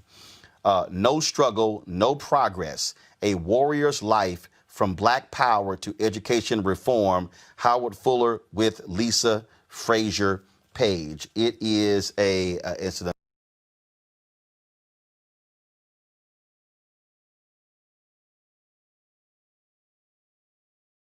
amazing book. And trust me, folks, you definitely want to get that. All right, folks, let's end the show this way. First of all, we were supposed to have Dr. Patrice Cullors on the show, but what happened was our Skype machine, we had all these technical issues. Y'all saw it there on YouTube as well. Our Skype machine crashed. We missed our slot, and so we're going to try to rebook her. So that's what happened there. So, again, my apologies there. Technical stuff happens. Also, let me explain this here. We've been having some issues also trying with our signal on YouTube the last couple of days. We've been meeting with our building, trying to get them to come in, check it. We've been meeting with, we've been calling the folks at Xfinity, trying to get them to come in as well. And so, again, we're trying to figure out exactly what the problem is. Our signal has been going to Facebook and Periscope, but there are issues with YouTube, so we're working on that. So I just wanted y'all to understand that we're trying to make this thing happen. That's also the reason why we stream it on multiple platforms. So if one fails, we have a backup as well. All right, do me a favor, folks. We need your support, Roland Martin Unfiltered. Henry, give me a wide shot. I just want to show y'all what your money is also going to. So just give me a wide shot. I told y'all, so I did this. We did the show I did this show from home for Friday and Monday. They put in a new system here in terms of our new lighting grid. And so if y'all see, I look a little different. Yeah, point it up. So we got these new lights. Y'all paid for this. Y'all paid for this. And so you see the lights on this side, the lights on this side, but there are 6 lights that gives us a whole different look on the show. And so we appreciate your support in making this possible. Your dollars make this possible. And I told y'all, I want y'all to understand, Black-owned lighting company. that installed this here. This desk, black-owned company that actually built this desk. Give me a wide shot of the desk here. And of course, you got the art down here, the art pieces, different generations of black folks voting. Artist Leroy Campbell did that as well. You can go online and get his art as well. And that's what you see. And so we practice utilizing black vendors right here on Roland Martin Unfiltered. Give a shout out to the people who've joined our Bring the Funk fan club. Alexander Charles, Ariella Brimley, Black Mama Brands, Shakira, Chris Oliver, Darla Broughton, Derek Reinhardt, Helen Harris, Our TYME Entertainment LLC, Imani Enterprises, Jewel, Kareem Coleman, Karen, Kessa Hammock, Kevin Thorne, Leela Mason, Leonard Vaughn, Lisa Young, Mercedes Fialo, Michael Norris, Pat Bill, Kadar Wicks, Raina Okri, Robert Thomas, Rodney Page, Rose Moore, Ruby McGowan, Siobhan Sherry, Stephanie Cooper, Stephen Coleman, Thea Wilson, Valerie Williams, Wanda Worthy, Wendy Butler, Yvonne Acevedo. Folks, you can join by Cash App, $RM Unfiltered, PayPal.me/R Martin Unfiltered, Venmo.com/RM Unfiltered. You can also send a cashier's or money order to New Vision Media Inc., 1625 K Street, Suite 400, Washington, D.C., 2006. You can send it there. These are a lot of the people. Matter of fact, we got cards in today this was from Eric. Where's the envelope go? So I can read the last name. But we got some other, like all these folks have sent stuff in. We got some great stuff. This is from Elisa Starr. I watch your show every day, and I love your bright colors, your fighting spirit, and your jokes. I really appreciate you keeping your panel all black. You've introduced me to some of the smartest, most insightful minds of our time. But by far away, my most treasured memory of you is your interview with Nikki Giovanni. Your brain is a treasure. We're all lucky you like to broadcast its contents all over the world. So, Elisa, we certainly appreciate that. John Little, I'm so excited about this opportunity to support the family by becoming a member of the Bring the Funk fan club. Also, thank you for all that you do, and say hi to Dr. Carter, Rob, Reese, and Erica. And a shout out to Ceek.com, Black Vodka, Black Voters Matter, Texas A&M, Dr. Avis, Miss Terry Ellis, and A5A. So John Little, we certainly appreciate that, folks. We got other notes that folks have sent in. Please invite Adam Abbott to your show there on YouTube to wake the people up. And so that is from, who is this from? Michelle Stallings. And so we appreciate that. Let's see here. This is from, who is this from? This is from Natalie Jackson. The greatness of a man is not in how much wealth he acquires, but in his integrity and his ability to infect those around him positively. Brother Roland, keep talking that talk and walking that walk. Stay true to thyself. Sincerely, Miss Jackson. My favorite panel is Dr. Carr, Reese, and Erica, LOL. Deborah Crawford sent us a check, and then Deborah Crawford, let's see here. Nope, that was just it. I thought that was a note. Let's see here. Carol, was it Carol, right? I'm enclosing a personal check for $100 to support Roland Martin Unfiltered. I enjoyed listening to Roland and his panelists, except Malik Abdul, smiley face, on Facebook daily. I find the political topics very informative and educational. I continue to pray for the show longevity. Carol, David, I certainly appreciate that. Thank you so very much. I'm going to read just a couple of more. Thank you for all you do. I appreciate it. We would like to please speak. I love this one here. Henry, you're going to like this one. Would you please speak to Henry a little nicer when you are addressing him? Ruby McGowan. Henry, Ruby, is she kin to you? Yeah, Henry got his aunts and his cousins right in here. And so she want me to speak to Henry a little nicer. Hell no! I'm just messing with her. All right, Ruby, I'll try. But, you know, if Henry do something stupid, I got to go ahead and shout at him. All right, so Henry, you want to frame? Henry, you want me to take this out so you can frame it? Yeah, Henry want me to frame this one, okay. All right. All right, I had to save that one. I see, I'm going to have to read that one. Let's see here. Please. Dolores Benton, I don't know what they're saying. Please include me in your... Okay, I don't know. Something. Include me in something. But I gave you a shout out, Dolores, and so I certainly appreciate it. And let's see, I'm going to read one more letter from our fans, and we got to go. This one here is nothing on this one. Okay, cool. I appreciate that. Let's see here. Oh, we got a card. Let's see here from, who is this here? Rebecca Walker. I enjoy your program. You're a stand-up brother who isn't afraid to speak truth to power. Please continue to present the issues of the day in a bold and enlightening manner. Encloses a small amount to further the cause.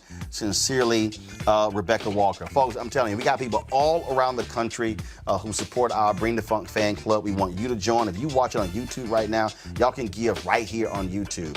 And I'm telling you, right, we've got Keenan's let me know. We've got more than 9,000. I'll have the actual number tomorrow. So we're getting closer to our goal. We want to have 20,000 people. By December 31st, we want 20,000 of our followers supporting the show. Y'all on Periscope, Facebook, y'all can give. Our goal is to get $50 each for each of our fan club members. And again, show budget is met. We got no issues. And so we want y'all to do that. So please help us get to our goal.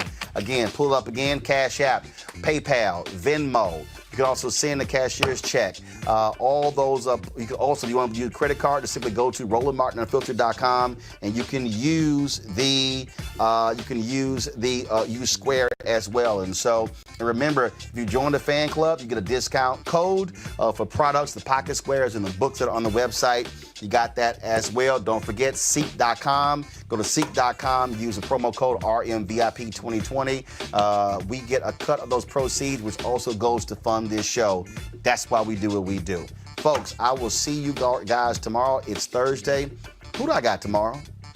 I got someone on the show tomorrow. I can't remember right now. It's been so busy. All right. Y'all have a good one. Holla!